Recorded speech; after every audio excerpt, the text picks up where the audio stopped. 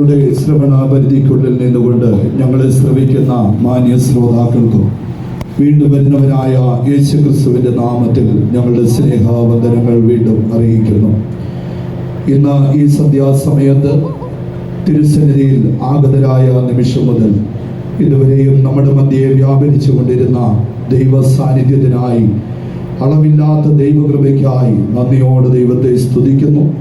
സ്തോത്രത്തോടെ ഈ യോഗം ആരംഭിക്കുവാനും ആത്മീക ഗാനങ്ങൾ ആരംഭിച്ച് നമ്മുടെ കർത്താവിനെ മഹത്വപ്പെടുത്തുവാനും പരിശുദ്ധാത്മാവിൽ സന്തോഷിച്ച് ശക്തിയെ പുതുക്കുവാനും സ്വർഗം ഇതുവരെയും കൃപ ചെയ്തു. അനുഗ്രഹീതമായ ഒരു സാക്ഷ്യവും നാം ഇതിനോടകം ശ്രവിച്ചു കഴിഞ്ഞു. പ്രിയ സഹോദരന്റെ ജീവിതത്തിൽ ചെയ്ത എല്ലാ മഹാകൃപകൾക്കായും തുടർന്നും തന്നെ നിലനിർത്തേണ്ടതിനായും നമുക്ക് ദൈവസന്നിധിയിൽ പ്രാർത്ഥനയോടെ തന്നെയും ഓർക്കാം. ഇന്ന് രാത്രികാലം ദൈവസന്നിധിയിൽ നമുക്ക് തുടർന്നും പ്രാർത്ഥനയോടെ ആയിരിക്കാം. സ്വർഗം നമുക്ക് ആവശ്യമായ നല്ല ആലോചനകളെ നൽകട്ടെ. ഇന്നത്തെ നമ്മുടെ ധ്യാനത്തിനായി വിശുദ്ധ പൗലോസ് റോമർക്ക് എഴുതിയ ലേഖനം 8-ാം അധ്യായം അതിൻ്റെ 31, 32 വാക്യങ്ങൾ വായിക്കാം. റോമർക്ക് എഴുതിയ ലേഖനം 8-ാം അധ്യായം 31, 32 വാക്യങ്ങൾ. ഇത് സംബന്ധിച്ച് നാം എന്ത് പറയേണ്ടു? ദൈവം നമുക്ക് അനുകൂലമെങ്കിൽ നമുക്ക് പ്രതികൂലമാവും. സ്വന്തം പുത്രനെ ആദരിക്കാതെ നമുക്ക് എല്ലാവർക്കും വേണ്ടി ഏൽപ്പിച്ചു തന്നവൻ അവനോടുകൂടെ സകലവും നമുക്ക് നൽകാതിരിക്കുമോ? ദൈവനാമത്തിന് മഹത്വം ഉണ്ടാകട്ടെ. ഈ അനുഗ്രഹിക്കപ്പെട്ട വചനത്തിനായി ദൈവത്തെ സ്തുതിക്കുന്നു. ഇവിടെ വളരെ വ്യക്തമായി പറഞ്ഞിരിക്കുന്ന ഒരു വാക്ക്, ദൈവം നമുക്ക് അനുകൂലമെങ്കിൽ പ്രതികൂലം ആർ. ദൈവത്തിന് സ്തോത്രം. ഈ വചനത്തിന്റെ ശക്തിയും ആഴവും വ്യക്തമായി ഗ്രഹിക്കുന്ന ദൈവമക്കളാണല്ലോ ഈ ദേശത്തിന്റെ മധ്യത്തിൽ സുവിശേഷത്തിന് സാക്ഷിയായി കൂടി വന്നിരിക്കുന്നത്. പ്രത്യേകിച്ച് ഈ ലേഖനം വിശുദ്ധ പൗലോസ് എഴുതുന്നത് റോമ സഭയ്ക്ക് വേണ്ടിയാണെന്നുള്ളത് നമുക്കെല്ലാവർക്കും അറിയാം. ഏറെ പ്രതികൂലങ്ങളും വളരെ വലിയ ചോദ്യങ്ങളും അത് തങ്ങളുടെ ജീവിതത്തിൽ ഏറ്റുകൊണ്ട് അത് പല വിധത്തിലുള്ളതായ പ്രതിസന്ധികളെ തരണം ചെയ്ത് മുന്നോട്ട് പോകുവാൻ തക്കവണ്ണം അവർക്ക് കഴിയാതിരുന്നതായ പ്രത്യേകമായ സാഹചര്യങ്ങൾ വന്നപ്പോൾ റോമാസഭയെ ധൈര്യപ്പെടുത്തുകയും ബലപ്പെടുത്തുകയും അവരെ ശക്തരാക്കി തീർക്കുകയും ചെയ്യേണ്ടതിനു വേണ്ടി വിശുദ്ധ പൗലോസിലൂടെ വളരെ വ്യക്തമായി ദൈവസഭയ്ക്ക് കൊടുത്തതായ നല്ല ഒരു ആലോചനയാണ് നാം കേൾക്കുവാനിടയായി തീർന്നത്. ഇവിടെ ദൈവം നമുക്ക് അനുകൂലമെങ്കിൽ പ്രതികൂലം ആർ എന്നൊരു ചോദ്യം ചോദിച്ച് മറ്റൊരു വിധത്തിലുള്ള പ്രതികൂലത്തിനും ദൈവ അനുകൂലമായി നിൽക്കുന്നിടത്ത് അത് പിടിച്ചു നിൽക്കുവാൻ കഴിയത്തില്ല എന്നുള്ള ഉറച്ച പ്രഖ്യാപനം അവിടെ നമുക്ക് കേൾക്കുവാൻ കഴിയുകയാണ്. എന്നാൽ സായാഹ്നത്തിൽ ഞങ്ങളുടെ ശബ്ദം കേൾക്കുന്ന മാന്യ ശ്രോതാക്കളിൽ പലരും, അതുപോലെ തന്നെ ഇവിടെ ഈ പന്തലിൻ കീഴിലായിരിക്കുന്ന ദൈവമക്കളിൽ ഏറിയ പങ്കും ജീവിതത്തിൽ വലിയ പ്രതികൂലങ്ങളും പ്രതിസന്ധികളും നേരിട്ട് എന്ത് ചെയ്യണമെന്നറിയാതെ പകച്ചു നിൽക്കുന്നവരായിരിക്കാം. എന്നാൽ ഇന്ന് രാത്രികാലം നമ്മുടെ വചന ധ്യാനത്തിലേക്ക് പ്രവേശിക്കുന്നതിന് മുൻപ് ദൈവത്തിന്റെ സന്നിധിയിൽ ഒരു നിമിഷം നമ്മുടെ കണ്ണുകളൊന്ന് അടയ്ക്കാം. നിങ്ങളുടെ മുൻപിലുള്ളതായ പ്രതികൂലങ്ങളെ നോക്കിയിട്ട് ധൈര്യത്തോടെന്ന് പറഞ്ഞാട്ടെ, ദൈവം എനിക്ക് അനുകൂലമാണ്. കാരണം എന്താണ് ദൈവം അനുകൂലമെന്ന് വിശുദ്ധ പൗലോസ് അത് തന്റെ സഭയെ നോക്കി ഉണർത്തിക്കുവാൻ കാരണമായി തീർന്നത്? അതേ, ഒരു ദൈവ പൈതലിന് വേണ്ടുന്നതായ എല്ലാം തികയ്ക്കേണ്ടതിന് വേണ്ടി സ്വന്തം പുത്രനെ ആദരിക്കാതെ നമുക്ക് വേണ്ടി ഏൽപ്പിച്ചു തന്നവൻ നിന്റെ പ്രതികൂലങ്ങളെ തരണം ചെയ്യുവാനുള്ളതായ ആവശ്യമായതെല്ലാം നിനക്ക് തരാതിരിക്കുമോ എന്ന് അവിടെ ധൈര്യപ്പെടുത്തി ചോദിക്കുകയാണ്. ആയതിനാൽ ഒരു ദൈവ പൈതലിന്റെ വായിൽ നിന്ന് ഉയരേണ്ടതായ ശക്തിയുറ്റതായ വാക്കിതാണ്. അതിരങ്ങളൊന്ന് തുറന്ന ദൈവത്തെ സ്തുതിച്ചുകൊണ്ട് ഈ വചനം ഏറ്റെടുത്താട്ടെ. ദൈവം എനിക്ക് അനുകൂലമെങ്കിൽ, ദൈവം എനിക്ക് അനുകൂലമെങ്കിൽ, ദൈവം എനിക്ക് അനുകൂലമെങ്കിൽ പ്രതികൂലമാരെന്ന് ധൈര്യത്തോടെ നമുക്കൊന്ന് ചോദിക്കാം. ഹല്ലേലൂയ, സ്തോത്രം, സ്തോത്രം, സ്തോത്രം, സ്തോത്രം, ഹല്ലേലൂയ. രാത്രികാലം നമ്മുടെ ധ്യാനത്തിലേക്ക് നമുക്ക് പ്രവേശിക്കുമ്പോൾ ഈ കാര്യം ചോദിക്കുന്നതിന് മുൻപ് വിശുദ്ധ പൗലോസ് ഒരു വാക്ക് എടുത്തു പറയുന്നു. ഇത് സംബന്ധിച്ച് നാം എന്ത് പറയേണ്ടു? ദൈവത്തിന് സ്തോത്രം. ഇത് സംബന്ധിച്ച് നാം എന്ത് പറയേണ്ടു? ദൈവം നമുക്ക് അനുകൂലം. ഇത് എന്നൊരു വാക്ക് എവിടെ കണ്ടാലും നിശ്ചയമായിട്ടും ഏത് എന്നൊരു ചോദ്യം സാധാരണഗതിയിൽ നമ്മുടെ മുൻപിൽ ഉയരാറുണ്ട്. ദൈവത്തിന് സ്തോത്രം. ഇവിടെ ഇത് സംബന്ധിച്ച് എന്നൊരു വാക്ക് പറയുമ്പോൾ ദൈവ വചനവുമായി ബന്ധപ്പെട്ടും ദൈവ വചനത്തിലൂടെയുള്ള ഉപദേശവുമായി ബന്ധപ്പെട്ടും നാം ചിന്തിക്കുമ്പോൾ അതിശക്തിയുറ്റതായ 4 കാര്യങ്ങളെ കുറിച്ച് പറഞ്ഞിട്ടാണ് വിശുദ്ധ പൗലോസ് ഈ വാക്ക് അത് ഉച്ചരിക്കുവാനിടയായി തീർന്നത്. അത് ഗ്രഹിക്കുവാൻ നമുക്ക് 30-ാം വാക്യത്തിലേക്ക്, റോമർക്ക് എഴുതിയ ലേഖനം 8-ാം അധ്യായം 30-ാം വാക്യത്തിലേക്ക് നമ്മുടെ ശ്രദ്ധയെ തിരിക്കാം. ദയവായി വായിക്കാം. മുൻ നിയമിച്ചവരെ വിളിച്ചും വിളിച്ചവരെ നീതീകരിച്ചും നീതീകരിച്ചവരെ തേജസ്കരിച്ചും ഇരിക്കുന്നു. നോക്കുക, മുൻ നിയമിച്ചവരെ വിളിച്ചും വിളിച്ചവരെ നീതീകരിച്ചും നീതീകരിച്ചവരെ തേജസ്കരിച്ചും ഇരിക്കുന്നുവെന്ന് പറഞ്ഞ് അത് ഇത് സംബന്ധിച്ച് നാം എന്ത് പറയേണ്ടു എന്ന് ചോദിക്കുകയാണ്. ദൈവത്തിന് സ്തോത്രം. ഇപ്പോൾ നമ്മൾ വായിച്ചു കേട്ടതായ ആ 4 കാര്യങ്ങൾ എന്ന് പറയുന്നത് ഒരു ദൈവ പൈതലിന്റെ ജീവിതത്തിൽ അത് ദൈവം ചെയ്യുന്നതായ രക്ഷയുടെ പ്രവൃത്തിയുടെ അതിശക്തിയുറ്റതായ, ബൈബിൾ പണ്ഡിതന്മാരുടെ ഭാഷയിൽ പറഞ്ഞാൽ അതേ ഒരു ദൈവത്തിന്റെ രക്ഷാപ്രവർത്തനത്തിലെ ഗോൾഡൻ ചെയിൻ ആണ്. ദൈവത്തിന്റെ സ്തോത്രം. അതിൽ നമ്മൾ കേട്ടതായ 4 കാര്യങ്ങൾ എന്ന് പറയുന്നത്, ആ ഗോൾഡൻ ചെയിനിലെ 4 കണ്ണികളാണ് മുൻ നിയമനം, അതുപോലെ വിളി, 3-ാമതായിട്ട് അത് നീതീകരണം, 4-ാമതായിട്ട് തേജസ്കരണം എന്നുള്ളതായ കാര്യങ്ങളെ അവിടെ ഉച്ചരിച്ചിരിക്കുന്നത്. ദൈവത്തിന്റെ സ്തോത്രം. ഇന്ന് രാത്രികാലം വളരെ ഗൗരവത്തോടുകൂടെ നമുക്ക് ഈ വചന ശുശ്രൂഷയിൽ പങ്കെടുക്കുന്നവരായി തീരാം.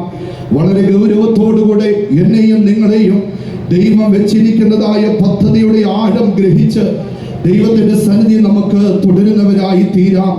അതിൽ 1-ാമതായിട്ട് നമ്മൾ ചിന്തിച്ചതായ ദൈവിക രക്ഷാപ്രവൃത്തിയുടെ അതിശക്തിയുറ്റതായ 1-ാമത്തെ പ്രവൃത്തി എന്ന് പറയുന്നത് മുൻനിർണയമാണെന്നുള്ളതായ വിഷയമായിട്ട് നമുക്ക് ചിന്തിക്കുവാൻ കഴിയുകയാണ്.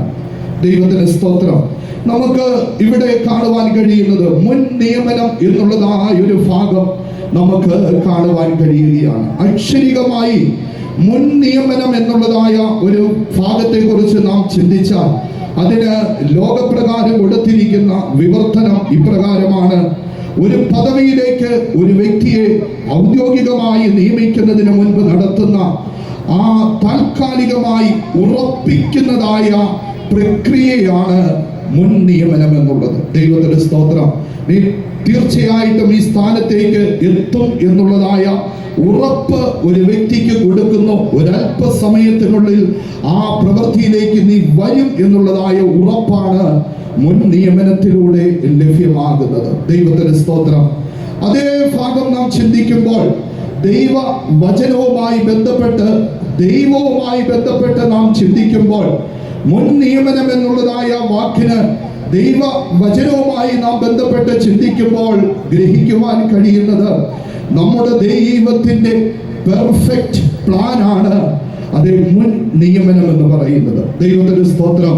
നമ്മുടെ ദൈവത്തിന്റെ പെർഫെക്റ്റ് പ്ലാൻ എന്ന് വെച്ചാൽ ഒരിക്കലും മാറ്റുവാൻ കഴിയാത്തതായ, ദൈവത്തിന്റെ സ്തോത്രം, യാതൊരു വിധമായ അഴിച്ചു പണിയും ഇല്ലാത്തതായ, മറ്റൊരു വിധത്തിൽ തിരിഞ്ഞ് ചിന്തിക്കാത്തതായ ഒരു പ്രവൃത്തിയാണ് നമ്മുടെ ദൈവത്തിന്റെ നമ്മെ കുറിച്ചുള്ള മുൻ നിയമനം എന്നുള്ളത്. ദൈവത്തിന്റെ സ്തോത്രം.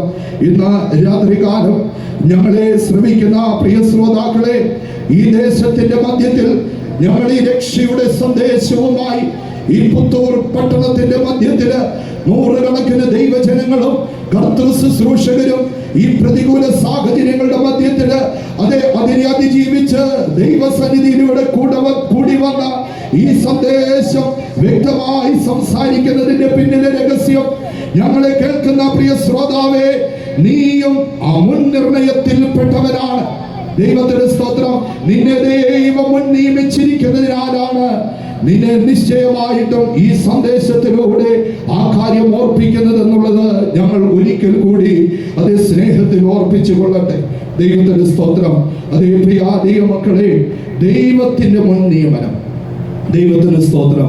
ദൈവത്തിന്റെ മുൻ നിയമനം എന്നുള്ളത് വളരെ വ്യത്യസ്തമായ നിലകളിൽ നമുക്ക് ഗ്രഹിക്കുവാൻ കഴിയുകയാണ്. ദൈവത്തിന്റെ സ്തോത്രം.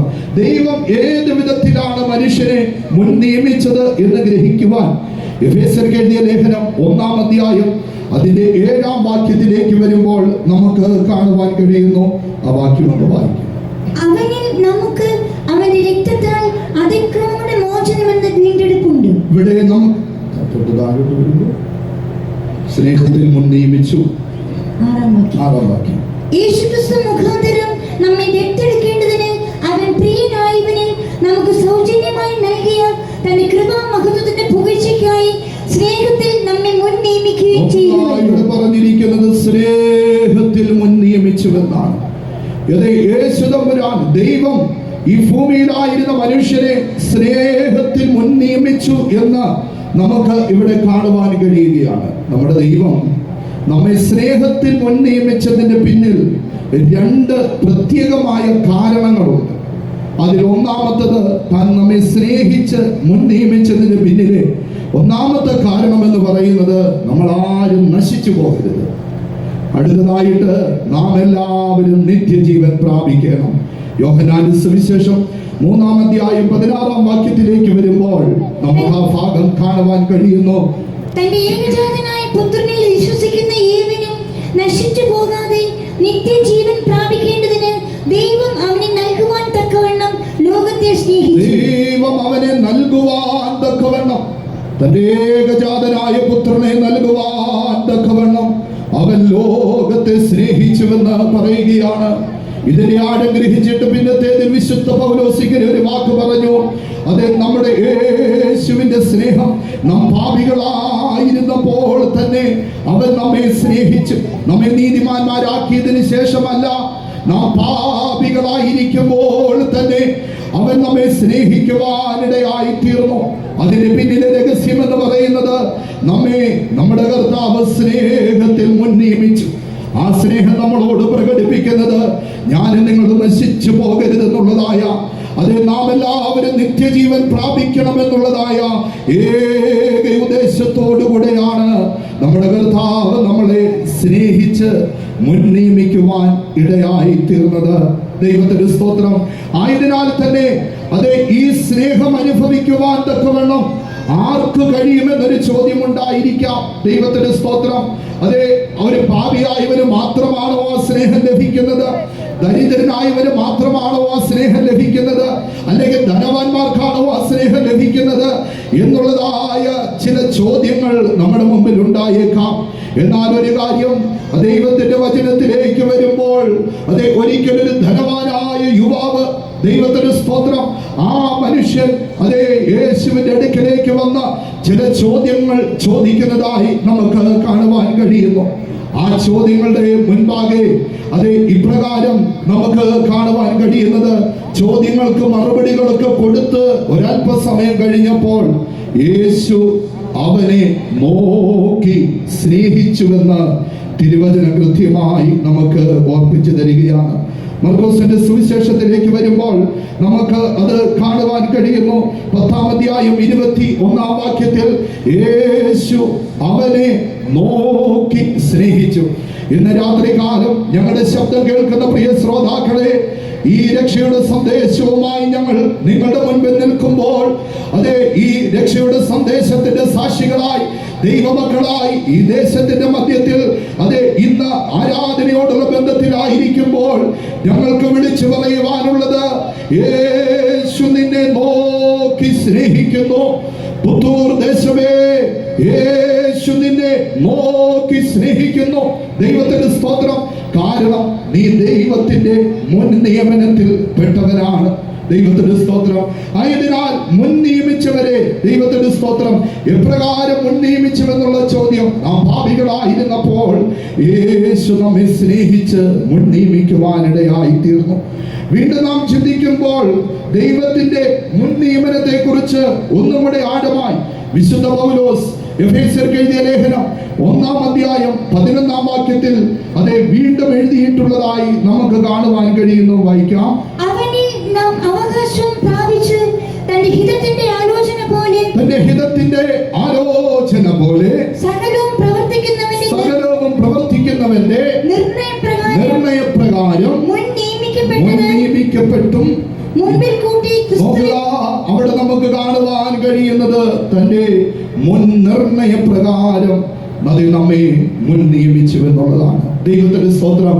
ഇതിൽ നിന്ന് നാം ഒരു കാര്യം മനസ്സിലാക്കുക, എന്നെയും നിങ്ങളെയും മുൻ നിയമിക്കുക എന്നുള്ളത് ദൈവത്തിന്റെ ഹിതത്തിൽപ്പെട്ടതും ദൈവത്തിന്റെ നിർണയത്തിൽപ്പെട്ടതുമാണ്. നിർണയം എന്ന് പറയുന്നത് ഹൃദയത്തിലാണ് ഉണ്ടാകുന്നത്. ദൈവത്തിന്റെ സ്തോത്രം. അതേ, ഈ മുൻ നിയമനം എന്തിനു വേണ്ടിയാണ് തന്നതെന്ന് അതേ 1-ാം അധ്യായം എഫെസ്യർ 1:4 വരുമ്പോൾ കാണുവാൻ കഴിയുന്നു. വായിക്കേണ്ടതില്ല. നാം തന്റെ സന്നിധിയിൽ വിശുദ്ധരും നിഷ്കളങ്കരുമാകേണ്ടതിന്. ഇന്ന് രാത്രികാലം എത്ര പേർക്ക് ധൈര്യത്തോടെ പറയുവാൻ കഴിയുന്നു, എന്റെ ദൈവം എന്നെ മുൻ നിയമിച്ചു. അതെന്തിനു വേണ്ടിയാണ്? ഒരു ദിവസം ഞാൻ തന്റെ സന്നിധിയിൽ കറയും കളങ്കവും ഇല്ലാത്തവരായി തന്റെ സന്നിധിയിൽ വിശുദ്ധരും നിഷ്കളങ്കരുമായി തീരേണ്ടതിനാണ് എന്റെ ദൈവം എന്നെ തന്റെ ഹിതപ്രകാരവും തന്റെ സ്നേഹത്തിലും എന്നെ മുൻ നിയമിച്ചതെന്ന് ഇവിടെ വ്യക്തമായി ഓർപ്പിക്കുകയാണ്. സന്തോഷമുള്ളവരുടെ കരമുയരട്ടെ. ശക്തിയോടെ ദേശത്തിന് സാക്ഷ്യമായി 3 പ്രാവശ്യം ശക്തിയോടെ നമുക്ക് ഹല്ലേലൂയ മുഴക്കാം.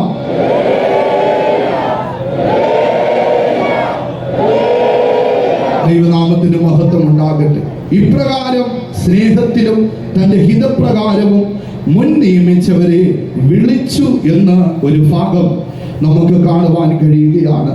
ഞാൻ അല്പം മുൻപ് പറഞ്ഞതുപോലെ ദൈവത്തിന്റെ രക്ഷാ പദ്ധതിയിലെ ഒരു ഗോൾഡൻ ചെയിനാണ് ഈ 4 കാര്യങ്ങൾ എന്ന് പറയുന്നത്.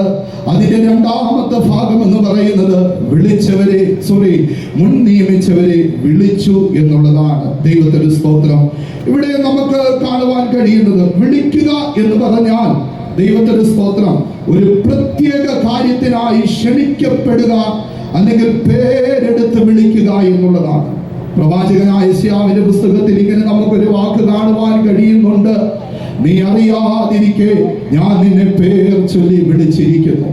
നാം അറിയാതിരിക്കെ അമ്മയുടെ ഉദരത്തിൽ ഉരുവാകുന്നതിന് മുൻപ് തന്നെ നമ്മളിൽ പലരെയും നമ്മുടെ കർത്താവ് പേർ ചൊല്ലി വിളിച്ചിരുന്നു എന്ന് ഇവിടെ നമുക്ക് ഗ്രഹിക്കുവാൻ കഴിയുകയാണ്. ദൈവത്തിന്റെ സ്തോത്രം.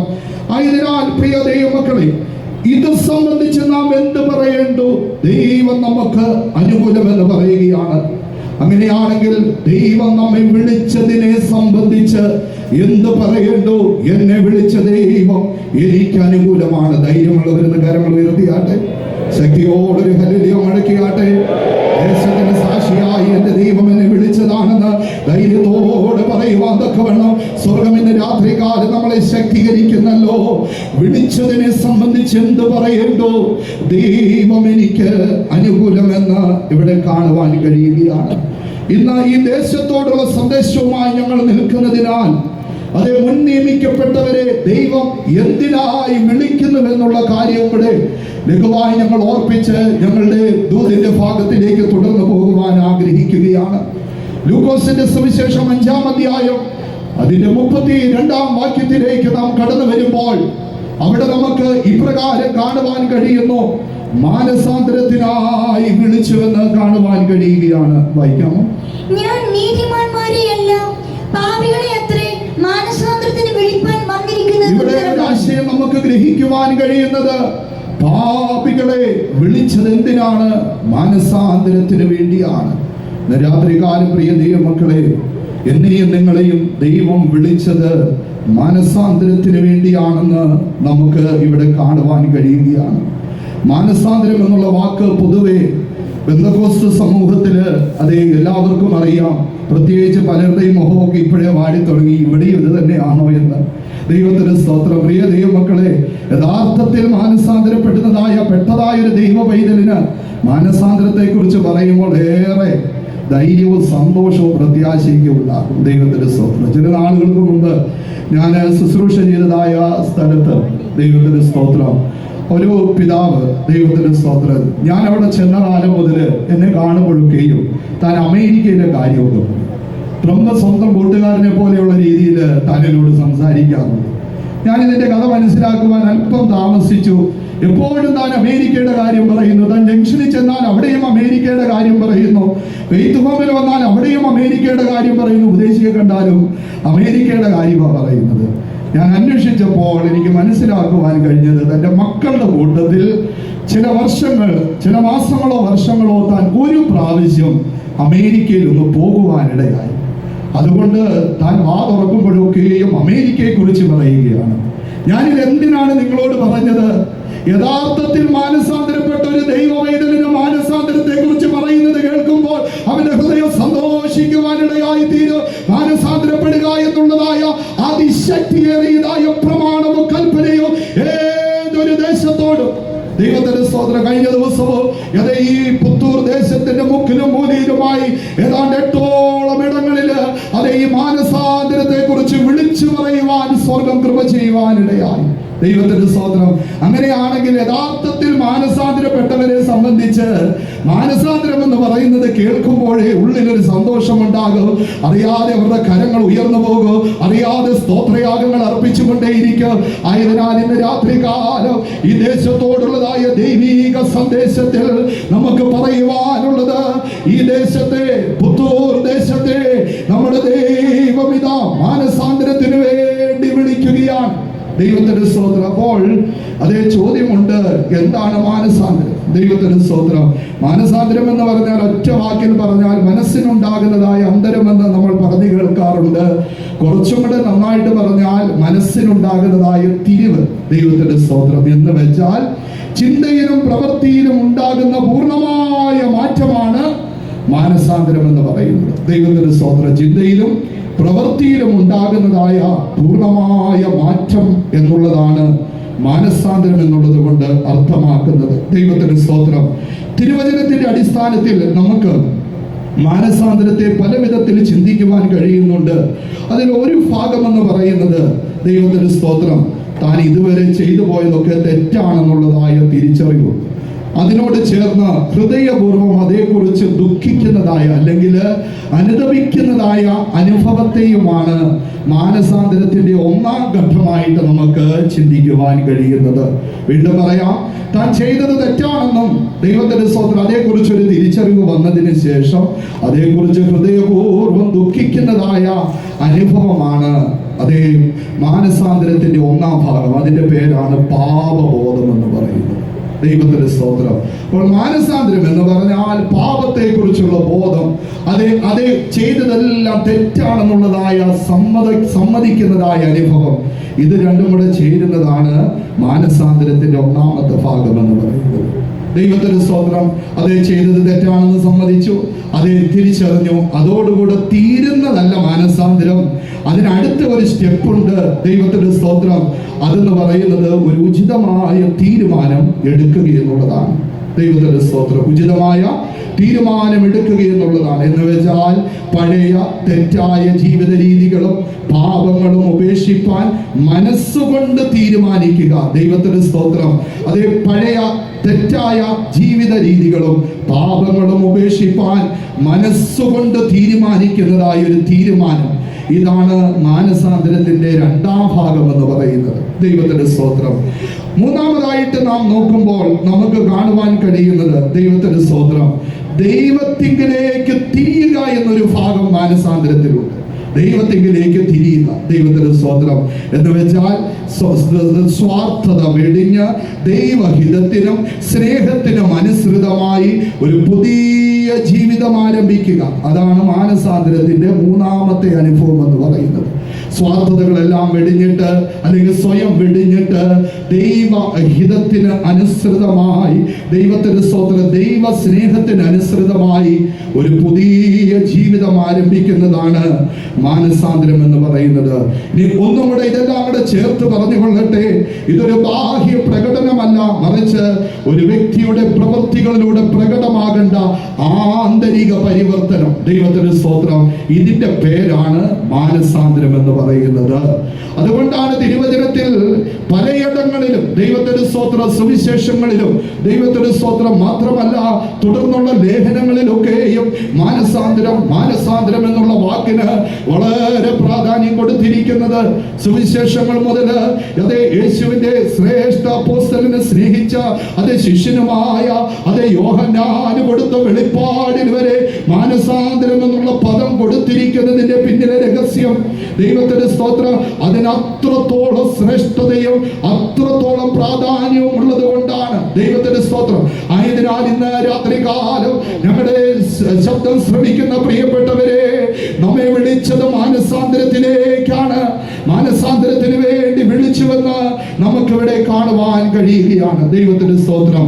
അങ്ങനെയെങ്കിൽ അടുത്തൊരു ചോദ്യം ഉണ്ടാകും, മാനസാന്തരം കൊണ്ട് ഈ 3 കാര്യങ്ങൾ നടന്നു, മാനസാന്തരം കൊണ്ട് പൂർണ്ണമായോ? ഇല്ല, മാനസാന്തരം കൊണ്ട് പൂർണ്ണമാകത്തില്ല. മാനസാന്തരം കഴിയുമ്പോൾ അടുത്തൊരു കാര്യമുണ്ട്. അത് നമുക്ക് ഗ്രഹിക്കണമെങ്കിൽ ഇപ്രകാരം നമുക്ക് കാണുവാൻ കഴിയുന്നത്, ദൈവത്തിന്റെ സ്തോത്രം, അതെ, എന്തുകൊണ്ട് മാനസാന്തരപ്പെട്ട് മുന്നോട്ട് പോകണമെന്നുള്ളതിന്റെ ആശയം ഗ്രഹിക്കണമെങ്കിൽ അപ്പോസ്തല പ്രവൃത്തി 17:30 വരുമ്പോൾ വായിക്കേണ്ട. അപ്പോസ്തല പ്രവൃത്തി 17:30 വരുമ്പോൾ അവിടെ ഇങ്ങനെ പറയുകയാണ്, ഇപ്പോൾ എല്ലായിടത്തും എല്ലാവരും മാനസാന്തരപ്പെടണമെന്ന് ദൈവം മനുഷ്യനോട് കൽപ്പിക്കുന്നു. അപ്പോൾ ഇത് ദൈവത്തിന്റെ ഒരു കൽപ്പനയാണ്. ദൈവം മനുഷ്യനോട് പറയുകയാണ് മാനസാന്തരപ്പെടുക എന്ന്. അറിവില്ലായ്മയുടെ കാര്യങ്ങളൊന്നും ദൈവം ഗണ്യമാക്കത്തില്ല, അതിനെ വലിയ കാര്യമായിട്ട് എണ്ണത്തില്ല. അറിവില്ലായ്മയുടെ കാര്യങ്ങളെ അതിനെ വിട്ടുകളഞ്ഞിട്ട് ഒരു പുതിയ ജീവിതം ആരംഭിക്കാൻ വേണ്ടി മാനസാന്തരപ്പെടുവാൻ ഇപ്പോൾ എല്ലായിടത്തും ദൈവം മനുഷ്യനോട് കൽപ്പിക്കുകയാണ്. ദൈവത്തിന്റെ സ്തോത്രം. അടുത്തതായിട്ട് വീണ്ടും വിശുദ്ധ പത്രോസ് ഇപ്രകാരം പറയുവാനിടയായി, നിങ്ങളുടെ പാപങ്ങൾ മാഞ്ഞു കിട്ടേണ്ടതിന് നിങ്ങൾ മാനസാന്തരപ്പെട്ടുകൊള്ളുക. അപ്പോസ്തല പ്രവൃത്തികൾ 3:19 അതെടുത്ത് പറഞ്ഞിട്ടുണ്ട്. പാപങ്ങൾ മാഞ്ഞു കിട്ടേണ്ടതിന് മാനസാന്തരപ്പെടുക. ഒരു കാര്യം നമ്മൾ അറിഞ്ഞുകൊള്ളുക, പുത്തൂർ ദേശത്തോട് വീണ്ടും ഈ രക്ഷാ സന്ദേശം ഞങ്ങൾ അറിയിക്കുമ്പോൾ, അതെ, ഈ ദേശത്തിൽ അനേകം പേർ മുൻ നിയമിക്കപ്പെട്ടവരോ ദൈവത്താൽ വിളിക്കപ്പെട്ടവരും ദൈവത്താൽ സ്നേഹിക്കപ്പെട്ടവരുമുണ്ട്. അവരെ നോക്കിക്കൊണ്ട് ദൈവത്തിന്റെ വചനം പറയുന്നത്, അതെ, നിങ്ങൾ മാനസാന്തരപ്പെടുവോളോ ദൈവം ദീർഘക്ഷമ കാണിക്കുന്നു. വിശുദ്ധ പത്രോസിന്റെ 2-ാം ലേഖനം 3-ാം അധ്യായം 9-ാം വാക്യത്തിലേക്ക് വരുമ്പോൾ ആ ഭാഗം കൃത്യമായി പറയുകയാണ്, എല്ലാവരും മാനസാന്തരപ്പെടേണ്ടതിന് ദൈവം ദീർഘക്ഷമ കാണിക്കുന്നു. ഇന്ന് രാത്രികാലം നമ്മൾ അറിയുക, ദേശം മാനസാന്തരപ്പെടേണ്ടതിന്, സഭ മാനസാന്തരപ്പെടേണ്ടതിന്, ദൈവജനം മാനസാന്തരപ്പെടേണ്ടതിന്, അത് നമ്മുടെ ദൈവം ദീർഘക്ഷമ കാണിക്കുകയാണ്. ദൈവത്തിന്റെ സ്തോത്രമായതിനാൽ നമുക്ക് ലഭിക്കുന്നതായ സമയം, ദൈവത്തിന്റെ സ്തോത്രം, നമുക്ക് തക്കത്തിൽ ഉപയോഗിക്കാം. അറിവില്ലായ്മകളൊക്കെ എല്ലാവരുടെയും ജീവിതത്തിൽ വരാറുണ്ട്, അത് ദൈവമക്കളുടെ ജീവിതത്തിലും വരാറുണ്ട്. ആയതിനാൽ അറിവില്ലായ്മയുടെ കാലം ദൈവം ഗണ്യമാക്കത്തില്ല. അത് രക്ഷിക്കപ്പെടുവാൻ, മാനസാന്തരപ്പെടുവാനുള്ളതായ നല്ലൊരു അവസരത്തിനായി ദൈവം എല്ലാവരെയും വിളിക്കുന്നതായി നമുക്ക് കാണുവാൻ കഴിയുകയാണ്. ദൈവത്തിന്റെ സ്തോത്രം.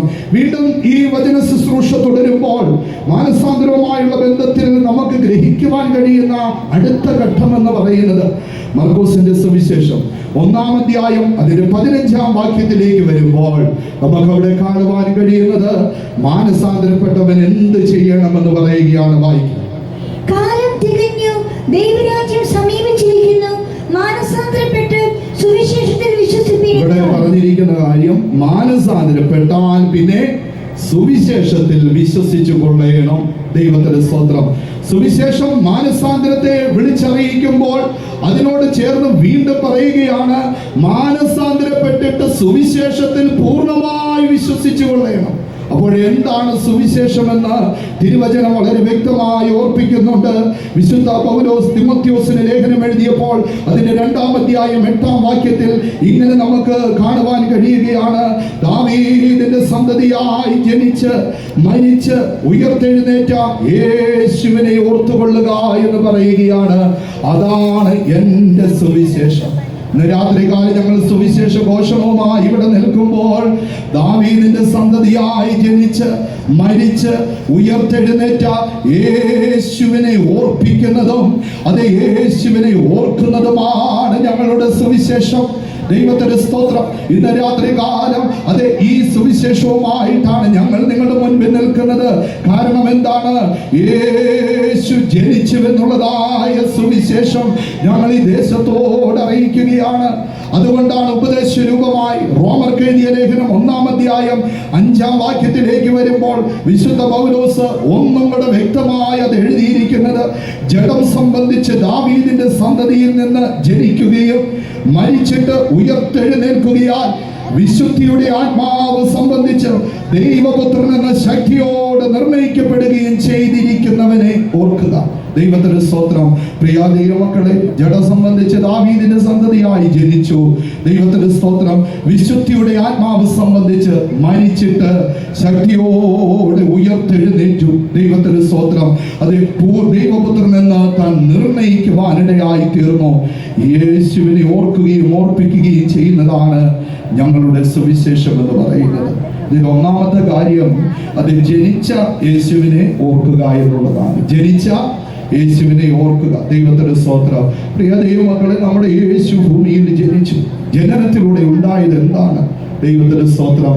അന്ന് ആട്ടിടയന്മാരോട് അത് ദൂതന്മാർ അത് ഈ ദിവ്യമായ സന്ദേശം നൽകുമ്പോൾ ദൈവത്തിന്റെ സ്തോത്രം ഇപ്രകാരമാണ് പറയുന്നത്. ലൂക്കോസിന്റെ സുവിശേഷം 2-ാം അധ്യായം 10-ാം വാക്യത്തിലേക്ക് വരുമ്പോൾ ദൈവത്തിന്റെ സ്തോത്രം സർവ്വജനത്തിനും ഉണ്ടാകുവാനുള്ളതായ ഒരു മഹാസന്തോഷം ഞാൻ നിങ്ങളോട് സുവിശേഷിക്കുന്നു. യേശു എന്ന രക്ഷിതാവ് ദാവീദിന്റെ പട്ടണത്തിൽ നിങ്ങൾക്കായി ജനിച്ചിരിക്കുന്നു. ദൈവത്തിന്റെ സ്തോത്രം. കഴിഞ്ഞ ദിവസം ഞാനൊരു പ്രത്യേകമായൊരു കാര്യത്തിന്, വാഹനവുമായി ബന്ധപ്പെട്ട ഒരു വിഷയത്തിന് ഞാനൊരു സ്ഥാപനത്തിലേക്ക് പോയി. അവിടെ ചെന്ന് ആ സ്ഥാപനത്തിലുള്ളതായ വ്യക്തിയോട് സംസാരിച്ച കൂട്ടത്തില് താൻ എന്നോട് ചോദിച്ചു, പാസ്റ്ററെ, നിങ്ങളാണോ ക്രിസ്മസ് ആഘോഷിക്കാത്തവര്? ദൈവത്തിന്റെ സ്തോത്രം. ഞാൻ പറഞ്ഞു അതെ.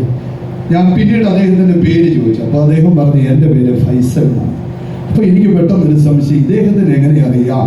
നല്ലൊരു യൗവനക്കാരനാണ്. ദൈവത്തിന്റെ സ്തോത്രം. നമ്മൾ ക്രിസ്മസ് ആഘോഷിക്കാത്തതിന്റെ കാര്യം ഇദ്ദേഹം എങ്ങനെ അറിഞ്ഞു? ഞാൻ അദ്ദേഹത്തോട് പിന്നെ ചോദിച്ചു, ഈ കാര്യം നിങ്ങൾക്ക് എങ്ങനെ അറിയാം? അപ്പോൾ എന്നോട് പറയുവാനിടയായത്, തൻ്റെ സ്ഥാപനത്തില് നമ്മുടെ ഒരു വിശ്വാസി പയ്യൻ പ്രവർത്തിക്കുന്നുണ്ടായിരുന്നു. ഒരു വർഷം അത് ക്രിസ്മസിന്റെ സമയമായപ്പോൾ ഇവൻ ചോദിച്ചു, എടോ, നിങ്ങൾക്ക് ക്രിസ്മസ് ആയിട്ട് ഒരു കേക്കിന്റെ പോലും പ്രയോജനം നിന്നെ കൊണ്ടില്ലല്ലോ. ദൈവത്തിന്റെ സ്തോത്രം. ക്രിസ്മസ് ആയിട്ട് ഒരു കേക്കിന്റെ പോലും പ്രയോജനം ഇല്ലല്ലോ എന്ന് പറഞ്ഞു. നമ്മുടെ ആളുകളാണെങ്കിൽ ഈ കാലത്ത് അവരെ നമ്മളെന്തിനാ വിഷമിപ്പിക്കുന്നതെന്ന് ചിന്തിച്ച് ഓടിപ്പോയി വേണമെങ്കിൽ ഒരു കേക്ക് വാങ്ങിക്കൊടുത്ത് പ്രശ്നം സോൾവ് ചെയ്യും. പക്ഷേ ആ യൗവനക്കാരൻ പറഞ്ഞു, ഇല്ല, ഞങ്ങൾ ക്രിസ്മസ് ആഘോഷിക്കുന്നവരല്ല.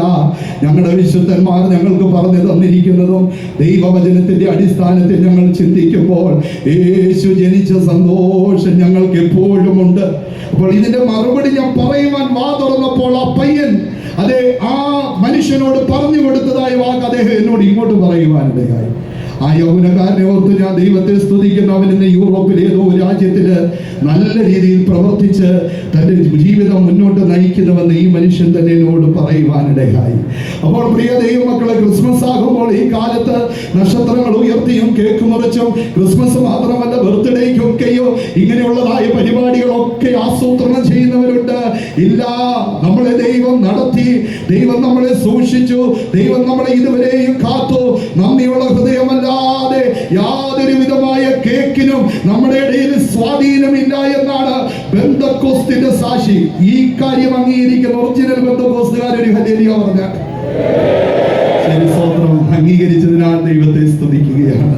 ദൈവത്തിന്റെ സ്തോത്രം. ഇന്ന് രാത്രികാലം ദൈവസന്നിധിയിലായിരിക്കുമ്പോൾ ഞാൻ നിങ്ങളും അറിയുക, യേശു ജനിച്ചു തന്നെ നമ്മൾ ഓർക്കണം. എന്ന് വെച്ചാൽ യേശു ജനിച്ചപ്പോൾ മഹാസന്തോഷമാണ് ഉണ്ടായത്.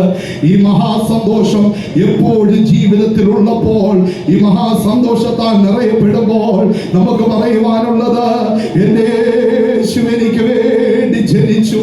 ആയതിനാലാണ് ഈ സന്തോഷത്താൽ എനിക്ക് നിറയപ്പെടുവാൻ കഴിയുന്നത്. യേശു ജനിച്ചതിനാൽ ഉളവായതായ സന്തോഷം അനുഭവിച്ച് ജീവിക്കുന്ന ദൈവമക്കൾ അത് വീണ്ടും ശക്തിയോടെ ഒരു ഹല്ലേലൂയ മുഴക്കാം.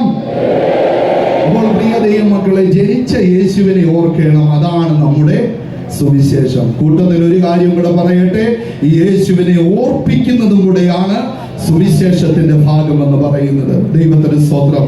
രണ്ടാമതായിട്ട് നാം ചിന്തിക്കുമ്പോൾ നമുക്ക് കാണുവാൻ കഴിയുന്നത് മരിച്ച യേശുവിനെ ഓർക്കുക. ദൈവത്തിന് സ്തോത്രം. മരിച്ച യേശുവിനെ ഓർക്കുക എന്ന് നമുക്ക് കാണുവാൻ കഴിയുകയാണ്. യേശു മരിച്ചപ്പോൾ നമുക്ക് ലഭ്യമായ അനുഗ്രഹം എന്താണ്? ക്രൂശിന്റെ അനുഗ്രഹങ്ങളെ കുറിച്ച് അത് നമുക്ക് ഏറെ കാര്യങ്ങൾ ചിന്തിക്കുവാനുണ്ട്. എന്നാൽ അതെല്ലാം ചിന്തിക്കുവാൻ ഇപ്പോൾ സമയം പോരല്ലോ. ആയതിനാൽ പ്രിയ ദൈവമക്കളെ, യേശുവിന്റെ മരണത്തെ ഓർക്കുമ്പോൾ നമുക്ക് ലഭ്യമാകുന്നതായ അനുഭവം എന്താണ്? ദൈവത്തിന് സ്തോത്രം. യേശുവിന്റെ മരണത്താൽ ലഭ്യമായത് സാത്താന്റെ തലയെ തകർത്തുമെന്നാണ്. ദൈവത്തിന് സ്തോത്രം. നമുക്കറിയാം, ഉൽപ്പത്തി പുസ്തകത്തിലേക്ക് വരുമ്പോൾ തന്നെ സ്ത്രീയുടെ സന്തതി നിന്റെ തലയെ തകർക്കുമെന്ന് പറഞ്ഞ് ഏദെൻ തോട്ടത്തിൽ നിന്ന് മനുഷ്യനെ പുറത്താക്കുന്നതായ സമയത്ത് അതേ ആദാമും ഹവ്വായും അതോടൊപ്പം പാമ്പിനെയും 3 പേരുടെയും കേൾക്കെ കൃത്യമായിട്ട് പറഞ്ഞു കൊടുത്തതായ കാര്യം തിരുവചനത്തിന്റെ അടിസ്ഥാനത്തിൽ നമുക്ക് കാണുവാൻ കഴിയുകയാണ്. അവിടെ നമുക്ക് കാണുവാൻ കഴിയുന്നത് യേശു സാത്താന്റെ തലയെ തകർക്കുമെന്നൊരു പ്രവചനമാണ്. ദൈവത്തിന്റെ സ്തോത്രം. കാൽവരി ക്രൂശിൽ നമ്മുടെ കർത്താവായ യേശു ക്രിസ്തു പരമയാഗമായി താൻ മരിക്കുന്നതായ വേളയിൽ ദൈവത്തിന്റെ സ്തോത്രം, യേശു തമ്പുരാൻ ആ പ്രവൃത്തി ചെയ്യുവാനിടയായി തീർന്നു. യേശു പാമ്പിന്റെ അല്ലെങ്കിൽ സാത്താന്റെ തലയെ തകർത്തു. ദൈവത്തിന്റെ സ്തോത്രം. ഇന്ന് രാത്രികാലം ഈ കാര്യം വളരെ വ്യക്തമായി രേഖപ്പെടുത്തിയിരിക്കുന്നത് കൊലോസ്യർ 2-ാം അധ്യായം 14-15 വാക്യങ്ങളിലാണല്ലോ. 2020 മുതൽ, അല്ലെങ്കിൽ അതേ ഒറ്റ വാക്കിൽ പറഞ്ഞാൽ ലോക്ക്ഡൌണിന്റെ കാലഘട്ടം മുതൽ ദൈവസഭയെ വിശ്വാസത്തിലും അതേ തീഷ്ണതയിലും പിടിച്ചു നിർത്തിയിരിക്കുന്നതായ ശക്തിയുറ്റ വചനമാണ് കൊലോസ്യർ 2-ാം അധ്യായം 14-15 വാക്യങ്ങൾ.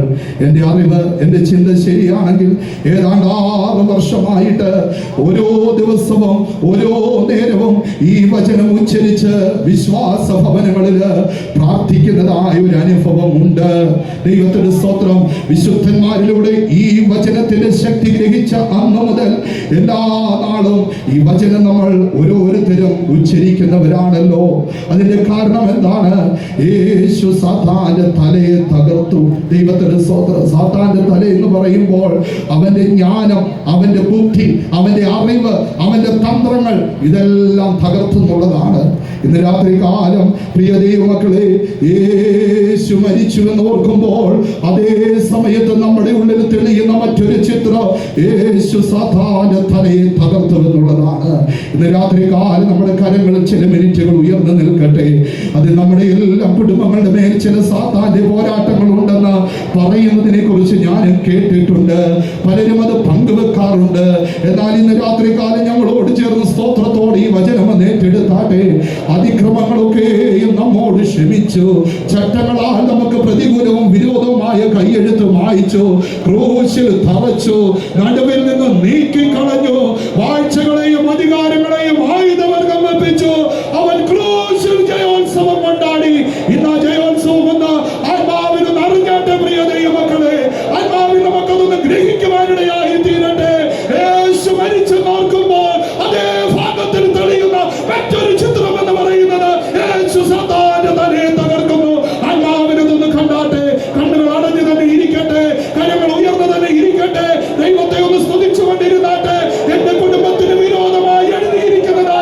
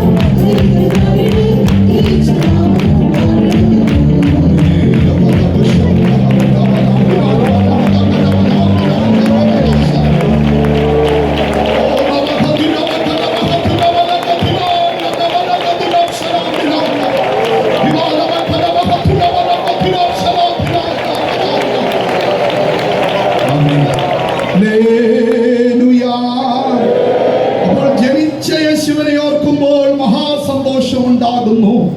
നമുക്ക് വേണ്ടി മരിച്ച യേശുവിനെ ഓർക്കുമ്പോൾ നമ്മളിൽ ജയോത്സവം ഉണ്ടാകുകയാണ്. മൂന്നാമതായിട്ട് നാം ചിന്തിക്കുമ്പോൾ ഉയർത്ത യേശുവിനെ ഓർക്കണം. ഒറ്റ വാക്കിൽ ഞാൻ അതിന് ഒരു ഭാഗം പറഞ്ഞ് അവസാനിപ്പിക്കാം. എബ്രായർക്ക് എഴുതിയ ലേഖനം 9-ാം അധ്യായം 11-ാം വാക്യത്തിലേക്ക് വരുമ്പോൾ യേശുവിന്റെ ഉയർപ്പിനാൽ നമുക്ക് എന്നേക്കുമുള്ള വീണ്ടെടുപ്പ് സാധിച്ചു. അതിവേഗം നമുക്ക് ആ വീണ്ടെടുപ്പിൽ അതേ ചെന്ന് ചേരുവാൻ കഴിയും. മധ്യാകാശത്തിൽ നമ്മുടെ കർത്താവ് നമ്മെ ചേർക്കും. നമുക്ക് വിശ്വാസത്തോടെ നമുക്ക് മുന്നോട്ട് പോകാം. അപ്പോൾ ഒരു കാര്യം, യേശു ഉയർത്തെങ്കിൽ ഞാനും ഉയർക്കും, അല്ലെങ്കിൽ ഞാൻ രൂപാന്തരപ്പെടുമെന്നുള്ളതായ വിശ്വാസവും ധൈര്യവും നമ്മുടെ ഉള്ളിൽ പ്രദാനം ചെയ്യുകയാണ്. ദൈവത്തിന്റെ സ്തോത്രം. ഇന്ന് രാത്രികാലം ഈ വചനത്തിൽ നിന്നുകൊണ്ട് വീണ്ടും പറഞ്ഞുകൊള്ളട്ടെ, നമുക്ക് തന്ന വിളിയെ സംബന്ധിച്ച് നാം പറയുമ്പോൾ എന്ത് പറയണ്ടു? അതേ, വിളിച്ചവർക്ക് ദൈവം അനുകൂലമാണ്. മാനസാന്തരത്തിന് വേണ്ടി വിളിച്ചവർക്ക് ദൈവം അനുകൂലമാണ്. സുവിശേഷത്തിൽ വിശ്വസിക്കുന്നവർക്ക് വേണ്ടി ദൈവം അനുകൂലമാണ്. ദൈവത്തിന്റെ സ്തോത്രം. ഈ വാക്കിൽ നമുക്ക് ധൈര്യപ്പെട്ട് മുന്നോട്ട് പോകാം. അതേ, വിളിയെ സംബന്ധിച്ച് ഇനിയും പറയേണ്ടത് ദൈവം എനിക്ക് അനുകൂലമാണ്. ഇപ്രകാരം വിളിക്കപ്പെട്ട് മാനസാന്തരത്തിന് വേണ്ടി വിളിക്കപ്പെട്ടവർ ഒന്നാമതായി സുവിശേഷത്തിൽ വിശ്വസിക്കുക. രണ്ടാമതായിട്ട് അവർ ചെയ്യേണ്ടതായ കാര്യം അപ്പോസ്തല പ്രവൃത്തികൾ 2-ാം അധ്യായം അതിന്റെ 38-ാം വാക്യത്തിലേക്ക് വരുമ്പോൾ പറഞ്ഞിട്ടുള്ളതായ വാക്കാണ്. ദയവായി ആ വാക്യം ഒന്ന് വായിക്കും. പത്രോസ് അവരോട്, നിങ്ങൾ മാനസാന്തരപ്പെട്ട് നിങ്ങളുടെ പാപങ്ങളുടെ മോചനത്തിനായി ഓരോരുത്തൻ യേശുക്രിസ്തുവിന്റെ നാമത്തിൽ സ്നാനമേൽപ്പീൻ, എന്നാൽ പരിശുദ്ധാത്മാവെന്ന ദാനം ലഭിക്കും. നമുക്ക് കാണുവാൻ കഴിയുന്നത്, മാനസാന്തരപ്പെട്ടാൽ പിന്നെ നോക്കി നിൽക്കരുതേ, അത് സ്നാനമേൽക്കുക. യേശുക്രിസ്തുവിന്റെ നാമത്തിൽ സ്നാനമേൽപ്പീൻ എന്ന് നമുക്ക് കാണുവാൻ കഴിയുകയാണ്. മറ്റു വിശദീകരണത്തിലേക്ക് പോകുവാൻ അതേ സാഹചര്യമില്ലാത്തത് കൊണ്ട് അതിൽ നിന്ന് ചില കാര്യങ്ങൾ ഓർപ്പിച്ചു കൊള്ളട്ടെ. ഇപ്പോൾ നമ്മൾ വായിച്ചു കേട്ടത് 1-ാം പെന്തക്കോസ്ത് സന്ദേശത്തിൽ വിശുദ്ധ പത്രോസിലൂടെ കേട്ടതായ അനുഗ്രഹീതമായ സന്ദേശമാണ്. അവിടെ കൂടപ്പെട്ടതായ ആയിരക്കണക്കിന് ജനങ്ങളുടെ മുൻപാകെ വിശുദ്ധ പത്രോസ് എഴുന്നേറ്റ് നിന്ന് പറഞ്ഞതായ വാക്കാണ്, നിങ്ങൾ മാനസാന്തരപ്പെട്ട് നിങ്ങളുടെ പാപങ്ങളുടെ മോചനത്തിനായി യേശുക്രിസ്തുവിന്റെ നാമത്തിൽ സ്നാനമേൽക്കുക എന്നുള്ളത്. അപ്പോൾ സ്നാനമേൽക്കുക എന്നുള്ളത് ഒരു വിലയേറിയ കൽപ്പനയായിട്ട് നമുക്ക് കാണുവാൻ കഴിയുകയാണ്. വിശുദ്ധ പത്രോസ് അതേ ആ സന്ദേശത്തിൽ ഈ കാര്യം അതേ പറഞ്ഞ് വേഗത്തിൽ തന്റെ സന്ദേശങ്ങൾ തുടരുവാനിടയായി.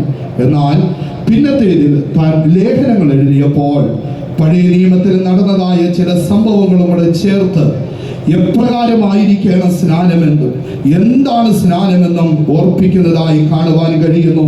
പത്രോസിന്റെ 1-ാം ലേഖനം 3-ാം അധ്യായം 20-21 വാക്യങ്ങളിൽ നമുക്കത് കാണുവാൻ കഴിയുകയാണ്. പ്രത്യേകിച്ച് പത്രോസിന്റെ ലേഖനത്തിലേക്കും യൂദായുടെ ലേഖനത്തിലേക്കും ഒക്കെ നോക്കിയാൽ നമുക്കവിടെ ചില പ്രവചനങ്ങൾ കാണുവാൻ കഴിയുന്നുണ്ട്. ആ പ്രവചനം എന്ന് പറയുന്നത് വരുവാനുള്ളതല്ല, ഭൂതകാലങ്ങളിൽ സംഭവിച്ചതായ കാര്യങ്ങൾ, അനേകർക്ക് അറിവില്ലാതിരുന്നതായ കാര്യങ്ങൾ കൃത്യമായി ഓർപ്പിക്കുന്നതായ ചില പ്രവചനത്തിന്റെ വാക്കുകൾ ദൈവത്തിന്റെ സ്തോത്രം ഭൂതകാല പ്രവചനങ്ങളായി വിശുദ്ധ പത്രോസ് എടുത്തെഴുതിയിട്ടുണ്ട്. അതിന്റെ ഒരു ഭാഗം അത് നോഹയുടെ പെട്ടകത്തെ കുറിച്ച് താൻ പറയുന്നു. എന്നാൽ പെട്ടകം പണിയുന്നതിനോടൊപ്പം തന്നെ താൻ ചെയ്തതായ ഒരു കാര്യം എന്തായിരുന്നുവെന്ന് പത്രോസിന്റെ 2-ാം ലേഖനം 2-ാം അധ്യായം 5-ാം വാക്യത്തിൽ അവർ നീതി പ്രസംഗിയായി അത് മുഴുലോകത്തെ ന്യായം വിധിക്കുമെന്നുള്ള സന്ദേശം ആ ദേശം മുഴുവനും പ്രസംഗിച്ചുവെന്ന് നമുക്ക് കാണുവാൻ കഴിയുകയാണ്. ഇതിൽ നിന്ന് നമുക്ക് ഗ്രഹിക്കുവാൻ കഴിയുന്നത് 1-ാം പെന്തക്കോസ്ത് സന്ദേശത്തില് ആയിരക്കണക്കിന് ജനങ്ങളുടെ മുൻപാകെ നിന്ന് നിങ്ങൾ മാനസാന്തരപ്പെട്ട് പാപങ്ങളുടെ മോചനത്തിനായി യേശുക്രിസ്തുവിന്റെ നാമത്തിൽ നിങ്ങൾ സ്നാനം ഏൽക്കണം, എന്നാൽ പരിശുദ്ധാത്മാവെന്ന ദാനം ലഭിക്കുമെന്ന് കൃത്യമായി ഓർപ്പിച്ചിട്ട് ദൈവത്തിന്റെ സ്തോത്രം സ്നാനത്തിന്റെ ഒരു വിവർത്തനം നൽകുകയാണ്. അതാണ് വിശുദ്ധ പത്രോസിന്റെ 1-ാം ലേഖനം അതിന് 3-ാം അധ്യായം 20-21 വാക്യങ്ങൾ ഒന്ന് വായിക്കും.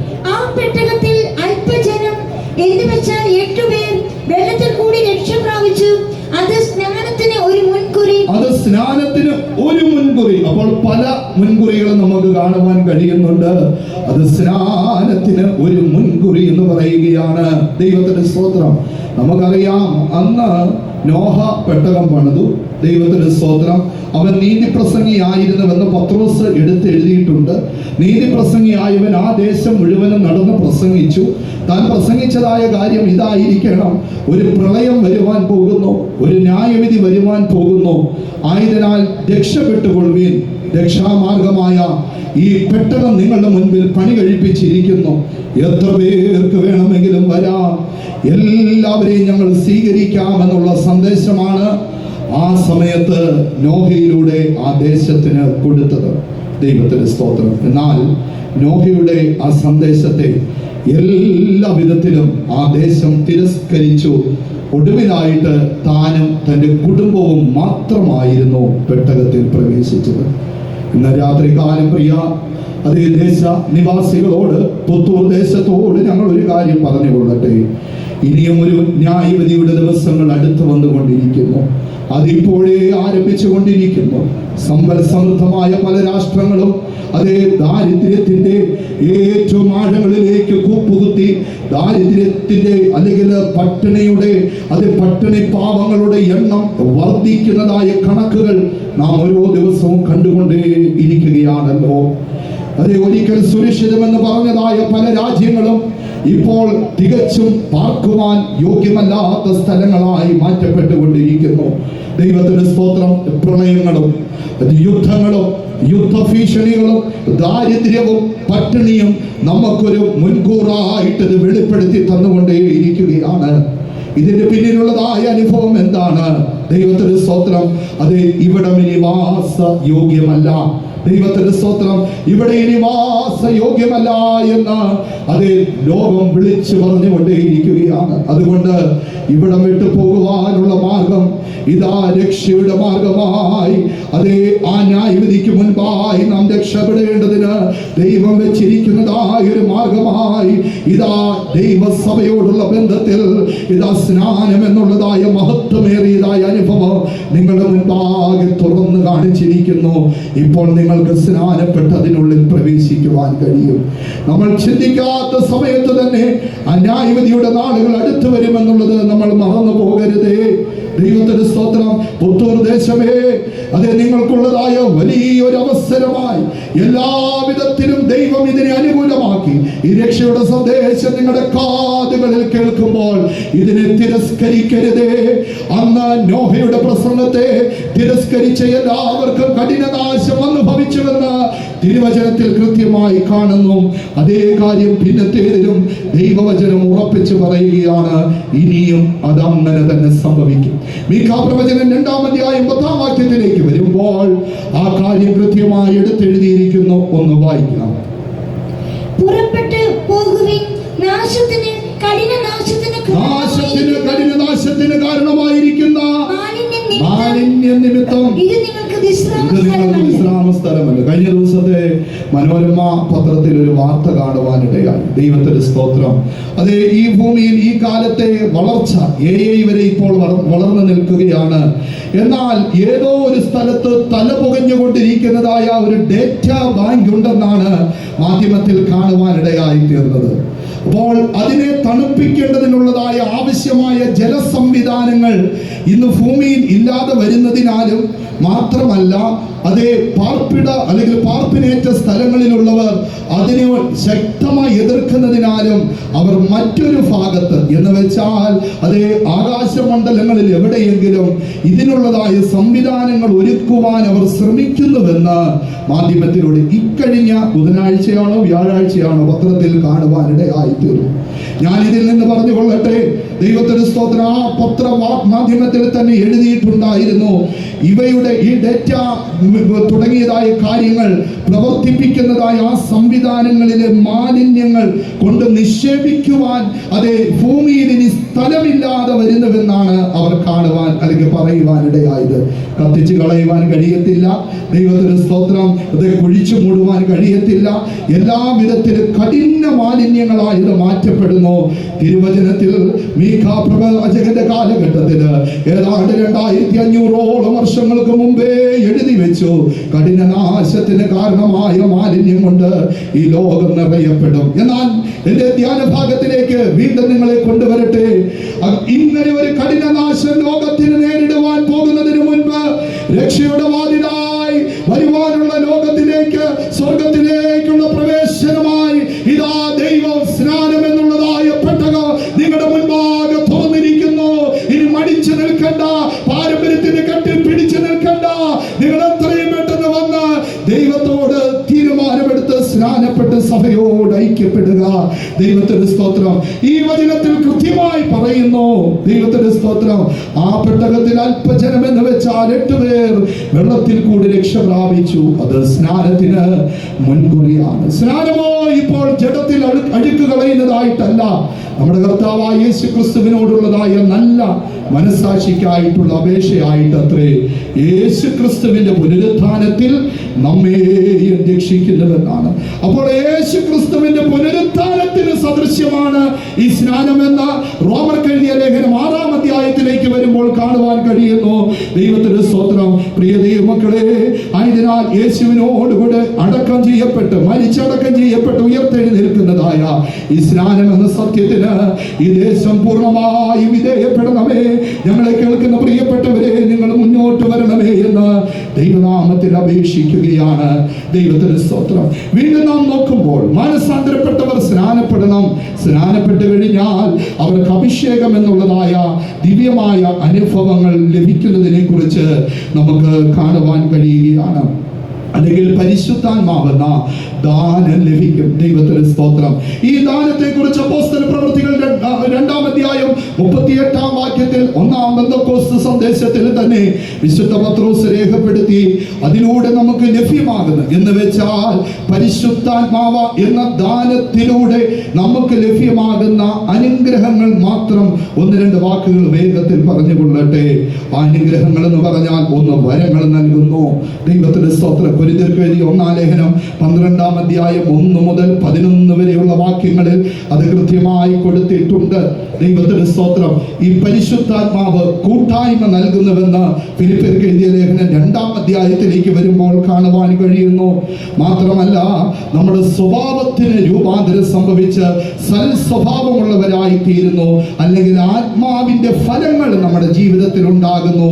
സ്നേഹം, സന്തോഷം, സമാധാനം, അത് ഇന്ദ്രിയജയം, ഇപ്രകാരമുള്ളതായ ആത്മീക അനുഭവങ്ങൾ, ആത്മീക സ്വഭാവങ്ങൾ നമ്മുടെ ജീവിതത്തിൽ നൽകുന്നത് പരിശുദ്ധാത്മാവാണ്.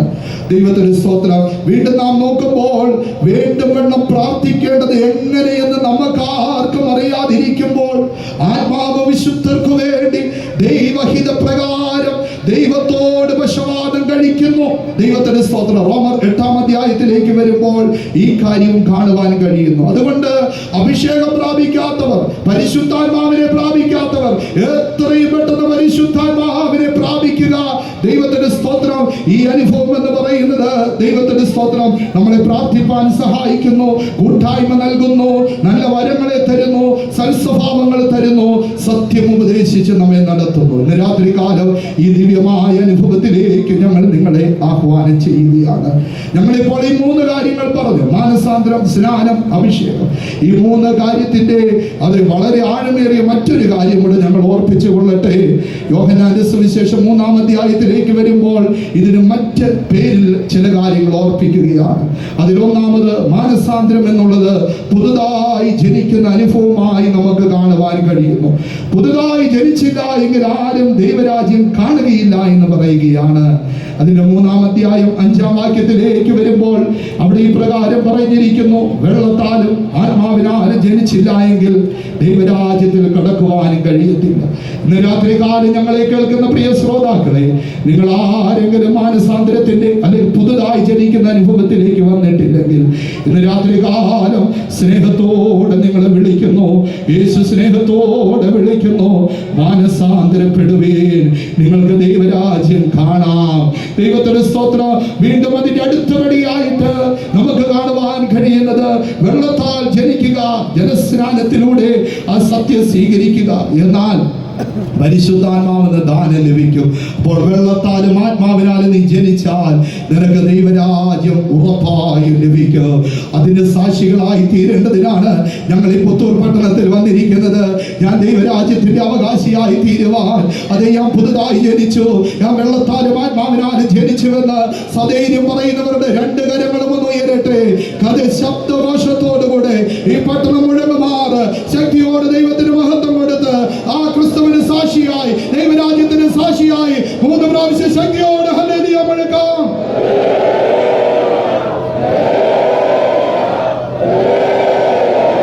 പ്രിയ മക്കളെ, അപ്പോൾ ഇത് സംബന്ധിച്ചെന്ത് പറയണ്ടോ? മുൻ നിയമിച്ചവരെ വിളിച്ചു. നമ്മൾ 2 ഭാഗം ചിന്തിച്ചു കഴിഞ്ഞു. മൂന്നാമത്തെ കാര്യം, ഈ വിളിച്ചവരെ നീതീകരിച്ചു എന്നൊരു ഭാഗം നമുക്ക് കാണുവാൻ കഴിയുകയാണ്. ദൈവത്തിന് സ്തോത്രം. വേഗത്തിൽ ചില കാര്യങ്ങൾ പറഞ്ഞ് എൻ്റെ ഭാഗം അവസാനിപ്പിക്കാം.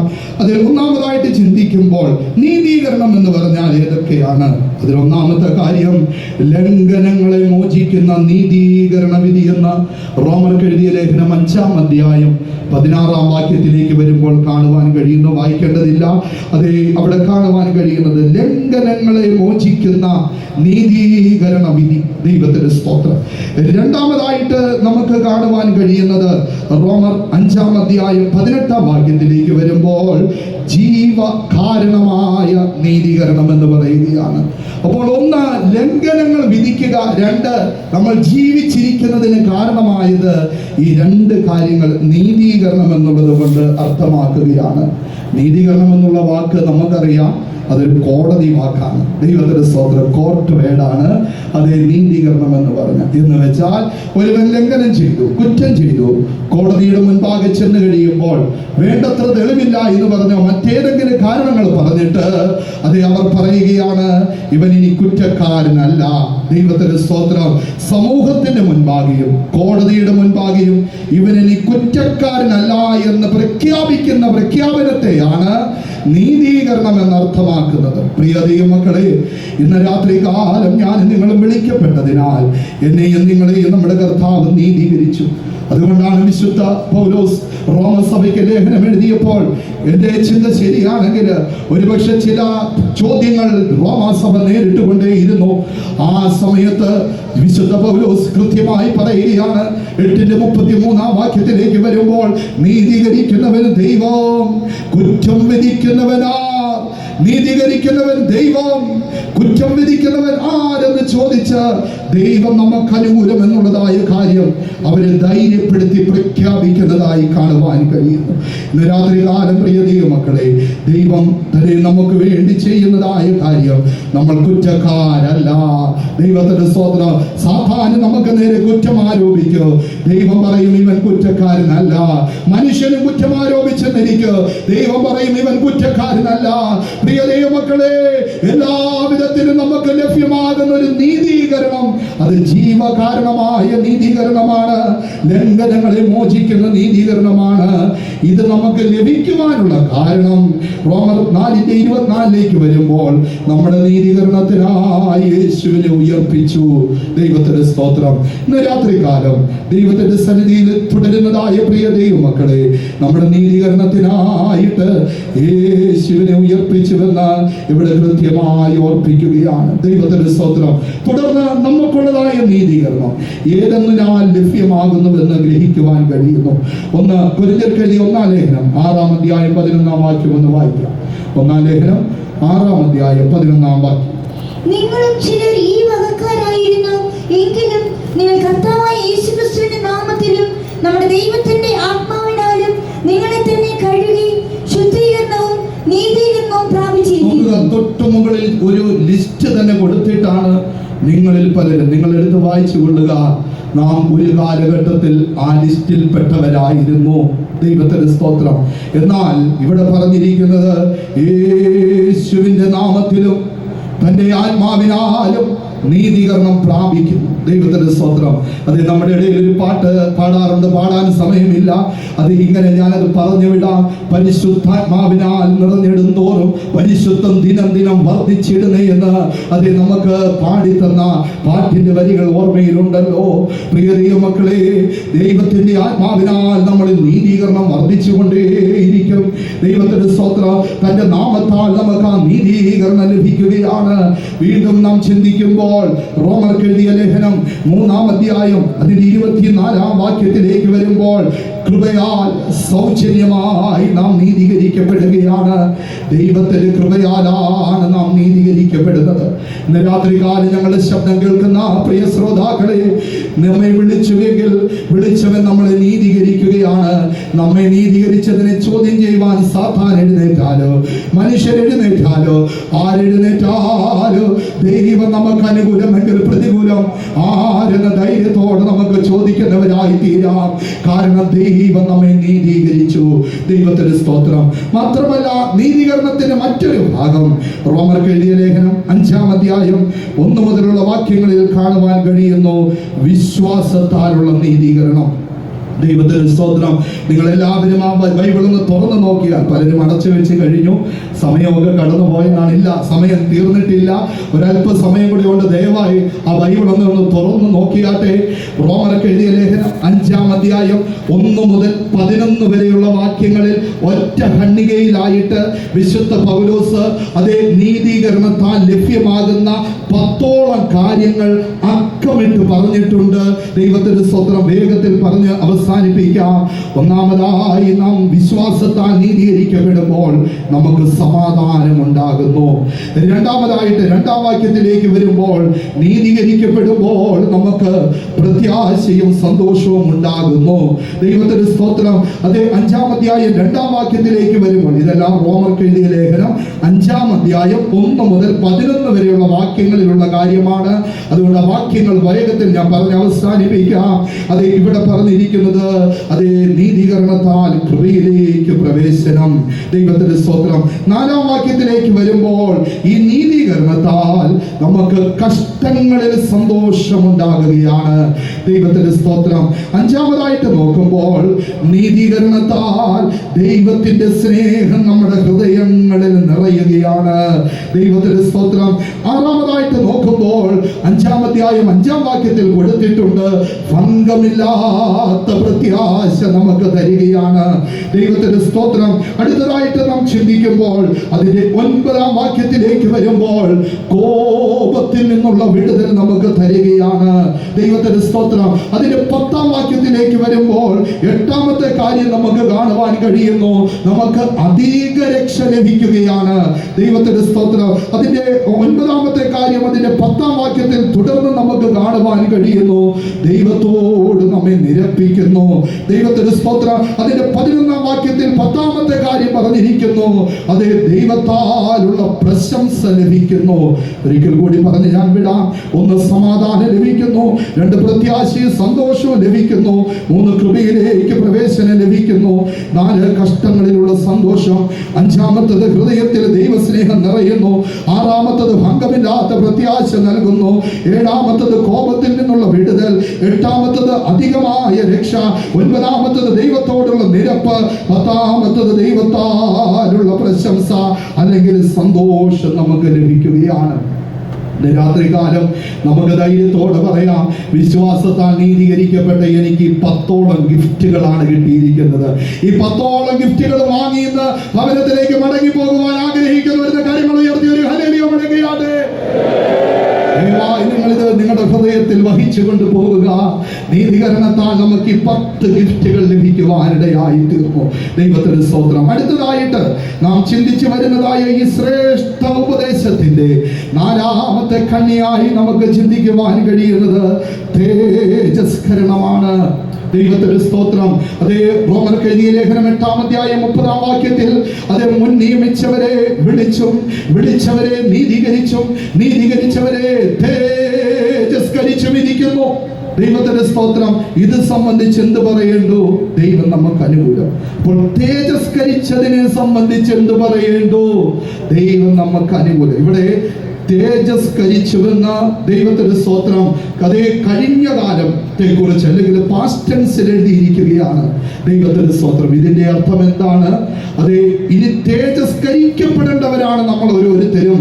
എന്നാലോ ദൈവത്തിന്റെ പദ്ധതിയിൽ നമ്മൾ ഉൾപ്പെട്ടപ്പോൾ, അല്ലെങ്കിൽ നമ്മൾ ആദ്യം ചിന്തിച്ച പെർഫെക്റ്റ് പ്ലാനിൽ ഞാനും നിങ്ങളുമാക്കപ്പെട്ടപ്പോൾ ദൈവം ഈ 4 കാര്യവും നമുക്കായി ചെയ്തു കഴിഞ്ഞു. ദൈവം നമ്മളെ തേജസ്കരിച്ചിരിക്കുകയാണ്. ഇന്ന് രാത്രി കാലം പ്രിയ ദൈവമക്കളെ, ഞാനും നിങ്ങളും എന്താണ് പറയേണ്ടത്? അതേ എന്നെ തേജസ്കരിച്ചതിനെ സംബന്ധിച്ച് എന്ത് പറയേണ്ടോ? അതേ ദൈവം എനിക്ക് അനുകൂലമാണ്. ദൈവത്തിന്റെ സ്തോത്രം. അങ്ങനെയാണെങ്കിൽ തേജസ്കരണം എന്ന് പറഞ്ഞാൽ എന്താണ്? ദൈവത്തിന്റെ സ്തോത്രം. അതിന്റെ ഒരു വിവർത്തനം ഞാൻ നിങ്ങളോട് ഓർപ്പിച്ചു കൊള്ളട്ടെ. അത് ഇപ്രകാരമാണ് നമുക്ക് കാണുവാൻ കഴിയുന്നത്. ഒരു ദൈവവൈതലിന് ലഭിക്കുവാൻ പോകുന്ന ഭാവി കാലത്തിലെ മഹത്വവും പാപമില്ലാത്ത പുതിയ ശരീരവും നിത്യജീവനുമാണ് തേജസ്കരണം എന്ന് പറയുന്നത്. ആവർത്തിച്ച് പറയാം, ഭാവിയിൽ ഒരു ദൈവവൈതലിന് ലഭിക്കുവാൻ പോകുന്ന മഹത്വവും പാപമില്ലാത്ത പുതിയ ശരീരവും നിത്യജീവനുമാണ് ഈ തേജസ്കരണം എന്ന് പറയുന്നത്. രാത്രി കാലം പ്രിയ ദൈവമക്കളെ, ദൈവവചനം കേട്ടുകൊണ്ടിരിക്കുന്ന നിങ്ങളുടെ ഹൃദയം യഥാർത്ഥമായ തേജസ്സിന്റെ അനുഭവത്തിലേക്ക് നാം വന്നവരാണെങ്കിൽ നമ്മുടെ ഹൃദയം ഇപ്പോഴേ കത്തുവാൻ ആരംഭിക്കും. കാരണം എന്നെ എന്റെ ദൈവം തേജസ്കരിച്ചിരിക്കുന്നു. ആയതിനാൽ ഞാൻ നിശ്ചയമായിട്ട് തേജസ്കരണം പ്രാപിച്ചതിനാൽ, തേജസ്കരണം പ്രാപിക്കുവാൻ പോകുന്നതിനാൽ എന്റെ ദൈവം എനിക്ക് അനുകൂലമാണ്. അങ്ങനെയാണെങ്കിൽ പ്രിയ ദൈവമക്കളെ, ഈ തേജസ്കരണത്തിലേക്ക് നമുക്ക് പോകുവാൻ, തേജസ്സിലേക്ക് പോകുവാൻ തക്കവണ്ണം നമ്മൾ നടത്തേണ്ടതായിട്ടുണ്ട്. എബ്രായർ 2:10 വരുമ്പോൾ വേഗത്തിൽ ആ വാക്യം ഒന്ന് വായിച്ചാട്ടെ. അനേക പുത്രന്മാരെ തേജസ്സിലേക്ക് നയിക്കേണ്ടതിന് സകലത്തിനും കാരണഭൂതനുമായവൻ അനേകം പുത്രന്മാരെ തേജസ്സിലേക്ക് നടത്തുന്നുവെന്നാണ്. അങ്ങനെയാണെങ്കിൽ തേജസ്സിലേക്ക് നടത്തേണ്ടതിന് ഭൂമിയിൽ നൽകിയിരിക്കുന്ന ചില സംവിധാനങ്ങളുണ്ട്. അതാണ് ദൈവസഭയിലെ ശുശ്രൂഷ ക്രമീകരണങ്ങൾ. വിശ്വസിക്കുന്നവർ ഒരു ഹല്ലേലൂയ പറഞ്ഞാട്ടെ. ദൈവത്തിന്റെ സ്തോത്രം. ദൈവസഭയിൽ തന്നിട്ടുള്ള ശുശ്രൂഷ ക്രമീകരണങ്ങൾ എന്ന് പറയുന്നത് തേജസ്സിലേക്ക് നടത്തേണ്ടതിന് തേജസ്സിന്റെ പ്രവൃത്തിയായി കാണുവാൻ കഴിയുന്നു. 2 കൊരിന്ത്യർ 3:8-9-11 വാക്യങ്ങളിലായിട്ട് 3 കാര്യങ്ങൾ അത് പറഞ്ഞിട്ടുണ്ട്. ഒന്ന്, ആത്മാവിന്റെ ശുശ്രൂഷ തേജസ്സുള്ളതാണ്. നീതിയുടെ ശുശ്രൂഷ തേജസ്സേറിയതാണ്. നിലനിൽക്കുന്ന ശുശ്രൂഷ അധികം തേജസ്സുള്ളതാകില്ലയോ എന്ന് ചോദിക്കുകയാണ്. 3 കാര്യമാണ് ദൈവസഭയ്ക്ക് നൽകിയിരിക്കുന്ന ശുശ്രൂഷ എന്ന് പറയുന്നത്. ഒന്നാമത് ആത്മാവിന്റെ ശുശ്രൂഷ. ദൈവത്തിന്റെ സ്തോത്രം. പെന്തക്കോസ്ത് നാൾ വന്നപ്പോൾ പരിശുദ്ധാത്മാവിനാൽ പ്രേരിതമായി അന്ന് ആരംഭിച്ചതായ ശുശ്രൂഷ ഇന്ന് വരെയും തുടർന്നു കൊണ്ടിരിക്കുന്നു. കാലഘട്ടങ്ങൾ പലതും കടന്നുപോയപ്പോൾ ഒരു ഇരുളടഞ്ഞതായ ഇരുണ്ട കാലഘട്ട സഭയ്ക്ക് നേരിട്ടെങ്കിലോ ഉണർവിന്റെ വെളിച്ചം വീശിയതായ കാലഘട്ടമായപ്പോൾ ആയിരക്കണക്കിന് ഭക്തന്മാർ പാരമ്പര്യം എന്ന് പറയുന്നതായ വ്യർത്ഥമായ കാര്യങ്ങളിൽ നിന്ന് വിടുതൽ പ്രാപിച്ച് അവർ പുറത്തേക്ക് വന്ന ഇന്നുവരെയും ഈ ആത്മാവിന്റെ ശുശ്രൂഷ അതിശക്തിയോടെ ലോകത്തിൽ നിലനിൽക്കുകയാണ്. ദൈവത്തിന്റെ സ്തോത്രം. അതിന്റെ ഭാഗമായിട്ട് അതേ 19-ാം നൂറ്റാണ്ടിന്റെ അവസാനം അല്ലെങ്കിൽ 20-ാം നൂറ്റാണ്ടില് ചുരുക്കി പറഞ്ഞാൽ, കറക്റ്റ് പറഞ്ഞാൽ 1924 സിലോണിൽ ഈ പ്രവർത്തനം അതേ വീണ്ടും പുനരാരംഭിച്ചു. അതാണ് നമ്മൾ പറയുന്നതായ അപ്പോസ്തലിക ഉപദേശപ്രകാരമുള്ള അപ്പോസ്തലിക ശുശ്രൂഷ. ഇന്ന് രാത്രികാലം അഭിമാനമുള്ള ദൈവമക്കളുടെ കരങ്ങളൊന്ന് ഉയരട്ടെ. അത് 1 നൂറ്റാണ്ടോട് ജയത്തോടെ ഈ ആത്മാവിന്റെ ശുശ്രൂഷ 1-ാം നൂറ്റാണ്ടിലെ അതേ ക്രമപ്രകാരം പോകുന്നു. അത് ഈ പുത്തൂർ ദേശത്തിലും നിലകൊള്ളുന്നു. അത് നമുക്ക് സന്തോഷിക്കാം, നമുക്ക് ആനന്ദിക്കാം. അത് ദൈവത്തിന്റെ ശുശ്രൂഷ അല്ലെങ്കിൽ അത് തേജസ്സുള്ളതാണ്. ഒന്നത് ആത്മാവിന്റെ ശുശ്രൂഷയാണ്. രണ്ടാമതായിട്ട് ചിന്തിക്കുമ്പോൾ അത് നീതിയുടെ ശുശ്രൂഷ എന്ന് കാണുവാൻ കഴിയുന്നു. നീതിയുടെ ശുശ്രൂഷ തേജസ്സേറിയതായിരിക്കും. ദൈവത്തിന്റെ സ്തോത്രം. എന്താണ് നീതി എന്ന് പറയുന്നത്? വിശുദ്ധ പത്രോസിന്റെ ലേഖനത്തിലേക്ക് വരുമ്പോൾ നമുക്ക് കാണുവാൻ കഴിയുന്നത് 2 പത്രോസ് 1-ാം അധ്യായത്തിൽ നിന്ന് ചിന്തിക്കുന്നു. അതേ ദൈവത്തിന്റെ നീതിയാൽ ഞങ്ങൾക്ക് ലഭിച്ചതുപോലെ അതേ വിലയേറിയ വിശ്വാസം ലഭിച്ച നിങ്ങൾക്കൊന്ന് വായിച്ചാട്ടെ. നമ്മുടെ ദൈവത്തിന്റെയും രക്ഷിതാവായ യേശുക്രിസ്തുവിന്റെ നീതിയാൽ യേശുക്രിസ്തുവിന്റെ നീതിയാൽ ഞങ്ങൾക്ക് ലഭിച്ചതുപോലെ അതേ വിലയേറിയ വിശ്വാസം ലഭിച്ച നിങ്ങൾക്കുമെന്നാണ്. അപ്പോൾ ഈ ശുശ്രൂഷ നീതിയുടെ ശുശ്രൂഷ എന്ന് പറഞ്ഞാൽ വിശ്വാസത്താലുള്ള ജീവിതമാണെന്ന് സധൈര്യം പറയുവാൻ കഴിയുകയാണ്. 1924 എന്റെ നീതിമാൻ വിശ്വാസത്താൽ ജീവിക്കുമെന്ന് പറഞ്ഞ അതേ വളരെ ശക്തമായ അതേ അടിസ്ഥാനത്തോടും ഉറപ്പോടുകൂടെ ആരംഭിച്ചതായ ഒരു ആത്മീക ശുശ്രൂഷയുടെ സംവിധാനം അതിൽ നമുക്ക് ഭാഗമായി തീരുവാൻ ഭാഗ്യം ലഭിച്ചല്ലോ. പുത്തൂർ ദേശമേ, ഞങ്ങൾ ഈ സന്ദേശത്തെ നിങ്ങൾ തിരസ്കരിക്കേണ്ട. നിങ്ങൾക്കും ഈ നീതിയുടെ ശുശ്രൂഷ അനുഭവിക്കാം, വിശ്വാസത്താലുള്ള ജീവിതം. അതിനോട് ചേർന്ന് ഒരു കാര്യം കൂടെ ഞങ്ങൾ ഓർപ്പിച്ചു കൊള്ളട്ടെ. ദൈവത്തിന്റെ സ്തോത്രം. ദൈവത്തിന്റെ നീതിയുടെ മറ്റൊരു ഭാഗം യെശയ്യാ പ്രവചനം 54-ാം അധ്യായം 17-ാം വാക്യത്തിലേക്ക് വരുമ്പോൾ കാണുവാൻ കഴിയുന്നു. നിനക്ക് വിരോധമായി ഉണ്ടാക്കപ്പെടുന്ന ഒരായുധവും ഫലിക്കത്തില്ല. ന്യായവിസ്താരത്തിൽ നിനക്ക് വിരോധമായി എഴുന്നേൽക്കുന്ന ഏത് നാവിനെ നീ കുറ്റം വിധിക്കും. യഹോവയുടെ ദാസന്മാരുടെ അവകാശവും അവന്റെ പക്കൽ നിന്നുള്ള നീതിയും ഇത് തന്നെ. ദൈവത്തിന്റെ നീതി എന്തെന്ന് ചോദിച്ചാൽ അത് വിരോധമായി ഉണ്ടാക്കപ്പെടുന്ന ഒരായുധങ്ങൾ ഫലിക്കത്തില്ല. അതുകൊണ്ടാണ് സഭയുടെ പ്രഖ്യാപന വേളയിൽ യേശു തമ്പുരാൻ ഇങ്ങനെ പറയുവാൻ ഇടയായി തീർന്നു. ദൈവത്തിന്റെ സ്തോത്രം. മത്തായി സുവിശേഷം 16-ാം അധ്യായം 18-ാം വാക്യത്തിൽ നീതിയുടെ ശുശ്രൂഷയെ ഉൾക്കൊള്ളുന്നതായ എന്റെ സഭയെ ഞാൻ പണിയുമെന്ന് പറഞ്ഞിട്ട് അടുത്തതായിട്ട് ഒരു വാക്കെഴുതി, പാതാള ഗോപുരങ്ങൾ അതിനെ ജയിക്കത്തില്ല. പാതാളത്തിന്റെ ശക്തികൾ അത്രയധികം കിണഞ്ഞും അതേ അതികഠിനമായും അതേ ഈ വിശ്വാസ മാർഗത്തെ തകർക്കുവാൻ ശ്രമിച്ചെങ്കിലും പാതാള ഗോപുരം അതിനെ ജയിക്കത്തില്ല എന്ന് പറഞ്ഞ അതിശക്തമായ പ്രഖ്യാപനത്തോടെ ആരംഭിച്ചതായ ദൈവസഭയുടെ ശുശ്രൂഷ അതിന്നും ജയത്തോടെ മുന്നോട്ട് പോകുന്നു. അതിന്റെ പ്രത്യേകത ഇത് നീതിയുടെ ശുശ്രൂഷ, ഇത് തേജസ്സേറിയതാണ്. വിശ്വാസ ജീവിതവും അതോടൊപ്പം പാതാളത്തിന്റെ ശക്തികളെ കീഴ്പ്പെടുത്തുന്നതുമായ അതിശക്തിയേറിയതായ ശുശ്രൂഷയാണ് നമുക്ക് ലഭിച്ചിരിക്കുന്നത്. മൂന്നാമതായിട്ട് ഇത് നിലനിൽക്കുന്ന ശുശ്രൂഷ. 2 കൊരിന്ത്യർ 3-ാം അധ്യായം അതിന്റെ 11-ാം വാക്യത്തിൽ ഇത് കൊടുത്തിട്ടുണ്ട്. ഇത് നിലനിൽക്കുന്ന ശുശ്രൂഷ എന്ന്. നിലനിൽക്കുന്ന ശുശ്രൂഷ ഏതാണ്? അശരീകമായി ലേവ്യ പൗരോഹിത്യത്താൽ ലഭ്യമായതായ അതേ ശുശ്രൂഷ, ന്യായപ്രമാണത്തിന്റെ ശുശ്രൂഷ, അത് നീക്കം വരുന്നതാണെന്ന് അതേ വാക്കുകളിൽ കാണുവാൻ കഴിയുന്നു. എന്നാലോ നിലനിൽക്കുന്ന ശുശ്രൂഷ യേശു തമ്പുരാൻ പരമയാഗമായി തീർന്ന് ഉയർത്തെഴുന്നേറ്റ് പിതാവിന്റെ അടുക്കൽ പോയി മൽക്കീസദേക്കിന്റെ ക്രമപ്രകാരം എന്നേക്കും ഒരു പുരോഹിതനായിരുന്ന പിതാവിന്റെ അടുക്കൽ ഇരുന്ന് പക്ഷവാദം ചെയ്തുകൊണ്ടിരിക്കുന്നു. ഇതേ ആത്മീക ശുശ്രൂഷയാണ് ഭൂമിയിൽ ദൈവമക്കളായ നമുക്ക് ലഭിച്ചത്. എനിക്ക് നിങ്ങൾക്ക് പറയുവാൻ കഴിയുന്നത് നിത്യതയിൽ തുടരുന്നതായ ശുശ്രൂഷയാണ് എനിക്ക് ഈ ലോകത്തിൽ ലഭിച്ചത്. അതുകൊണ്ടാണ് നമ്മൾ അഭിമാനത്തോട് ദൈവസന്നിധിയിലായിരിക്കുന്നത്. ഇത് നിലനിൽക്കുന്ന ശുശ്രൂഷയാണ്. അപ്പനില്ല, അമ്മയില്ല, അത് വംശാവലിയില്ല, ജീവാരംഭമില്ല, ജീവാവസാനമില്ല എന്ന് ഉറക്കെ പ്രഖ്യാപിച്ചുകൊണ്ട് ദൈവത്തിന്റെ പ്രവൃത്തിക്ക് വേണ്ടി ഇറങ്ങി തിരിച്ചതായ നൂറുകണക്കിന് ശുശ്രൂഷകരുടെ ശുശ്രൂഷയാൽ വാർത്തെടുക്കപ്പെടുന്നതായ സ്വർഗരാജ്യത്തിന്റെ ഉപദേശമാണ് ഈ നിലനിൽക്കുന്ന ശുശ്രൂഷ എന്ന് പറയുന്നത്. ദൈവമക്കളെ, നമുക്ക് ധൈര്യത്തോടെ പറയാ, നമ്മളെ തേജസ്കരണത്തിലേക്ക് നയിക്കേണ്ടതിന് ഭൂമിയിൽ ശുശ്രൂഷകൾ നമുക്ക് തരുന്നു. അടുത്തതായിട്ട് നമുക്ക് കാണുവാൻ കഴിയുന്നത് ദൈവത്തിന്റെ സ്തോത്രം. വെളിപ്പാട് 21:10 വരുമ്പോൾ പുതിയ യെരൂശലേം തേജസ്സുള്ളതായി ഒരുങ്ങി സ്വർഗത്തിൽ നിറങ്ങി വരുന്നത് കണ്ടുവെന്നാണ്. നമ്മുടെ ജീവിതത്തിൽ കർത്താവിന്റെ വരവിനായുള്ള ഒരുക്കം അത് തേജസ്സാണെന്നുള്ളത് മറന്നു പോകേണ്ടതില്ല. കർത്താവിന്റെ വരവിന് വേണ്ടി ഞാൻ നിങ്ങൾ ഒരുങ്ങിക്കൊണ്ടിരിക്കുമ്പോൾ, നമ്മെ തന്നെ നിർമ്മലീകരിക്കുമ്പോൾ, തിരുവചനം പറയുന്നത് പോലെ അവർ നിർമ്മലനായിരിക്കുന്നത് പോലെ അതെ അവർ തങ്ങളെ തന്നെ നിർമ്മലീകരിക്കുന്നു. അവനിനി പ്രത്യാശയുള്ള ഏവനും അവൻ പ്രത്യക്ഷനാകുമ്പോൾ അവനോട് സദൃശനായി രൂപാന്തരപ്പെടും. പ്രിയ ദൈവമക്കളെ, കർത്താവിന്റെ വരവിന് വേണ്ടി ഒരുക്കപ്പെടുന്നതാണ് ഈ നമ്മുടെ ജീവിതത്തിൽ വരുവാനുള്ള തേജസ് എന്ന് പറയുന്നത്. ഒരുക്കങ്ങൾ തേജസ്സായി മാറ്റപ്പെടും. മാത്രമല്ല ഈ ലോകത്തിൽ ഞാൻ നിങ്ങളും അത് ഇന്ന് മറഞ്ഞ് തന്റെ പ്രവൃത്തികൾ ചെയ്തുകൊണ്ടിരിക്കുന്നു. അതുകൊണ്ടാണ് തിരുവചനത്തിൽ പറഞ്ഞിരിക്കുന്നത് കൊലോസ്യർ 3:4 വരുമ്പോൾ നിങ്ങൾ മരിച്ചു, നിങ്ങളുടെ ജീവൻ ക്രിസ്തുവിൽ മറഞ്ഞിരിക്കുന്നു.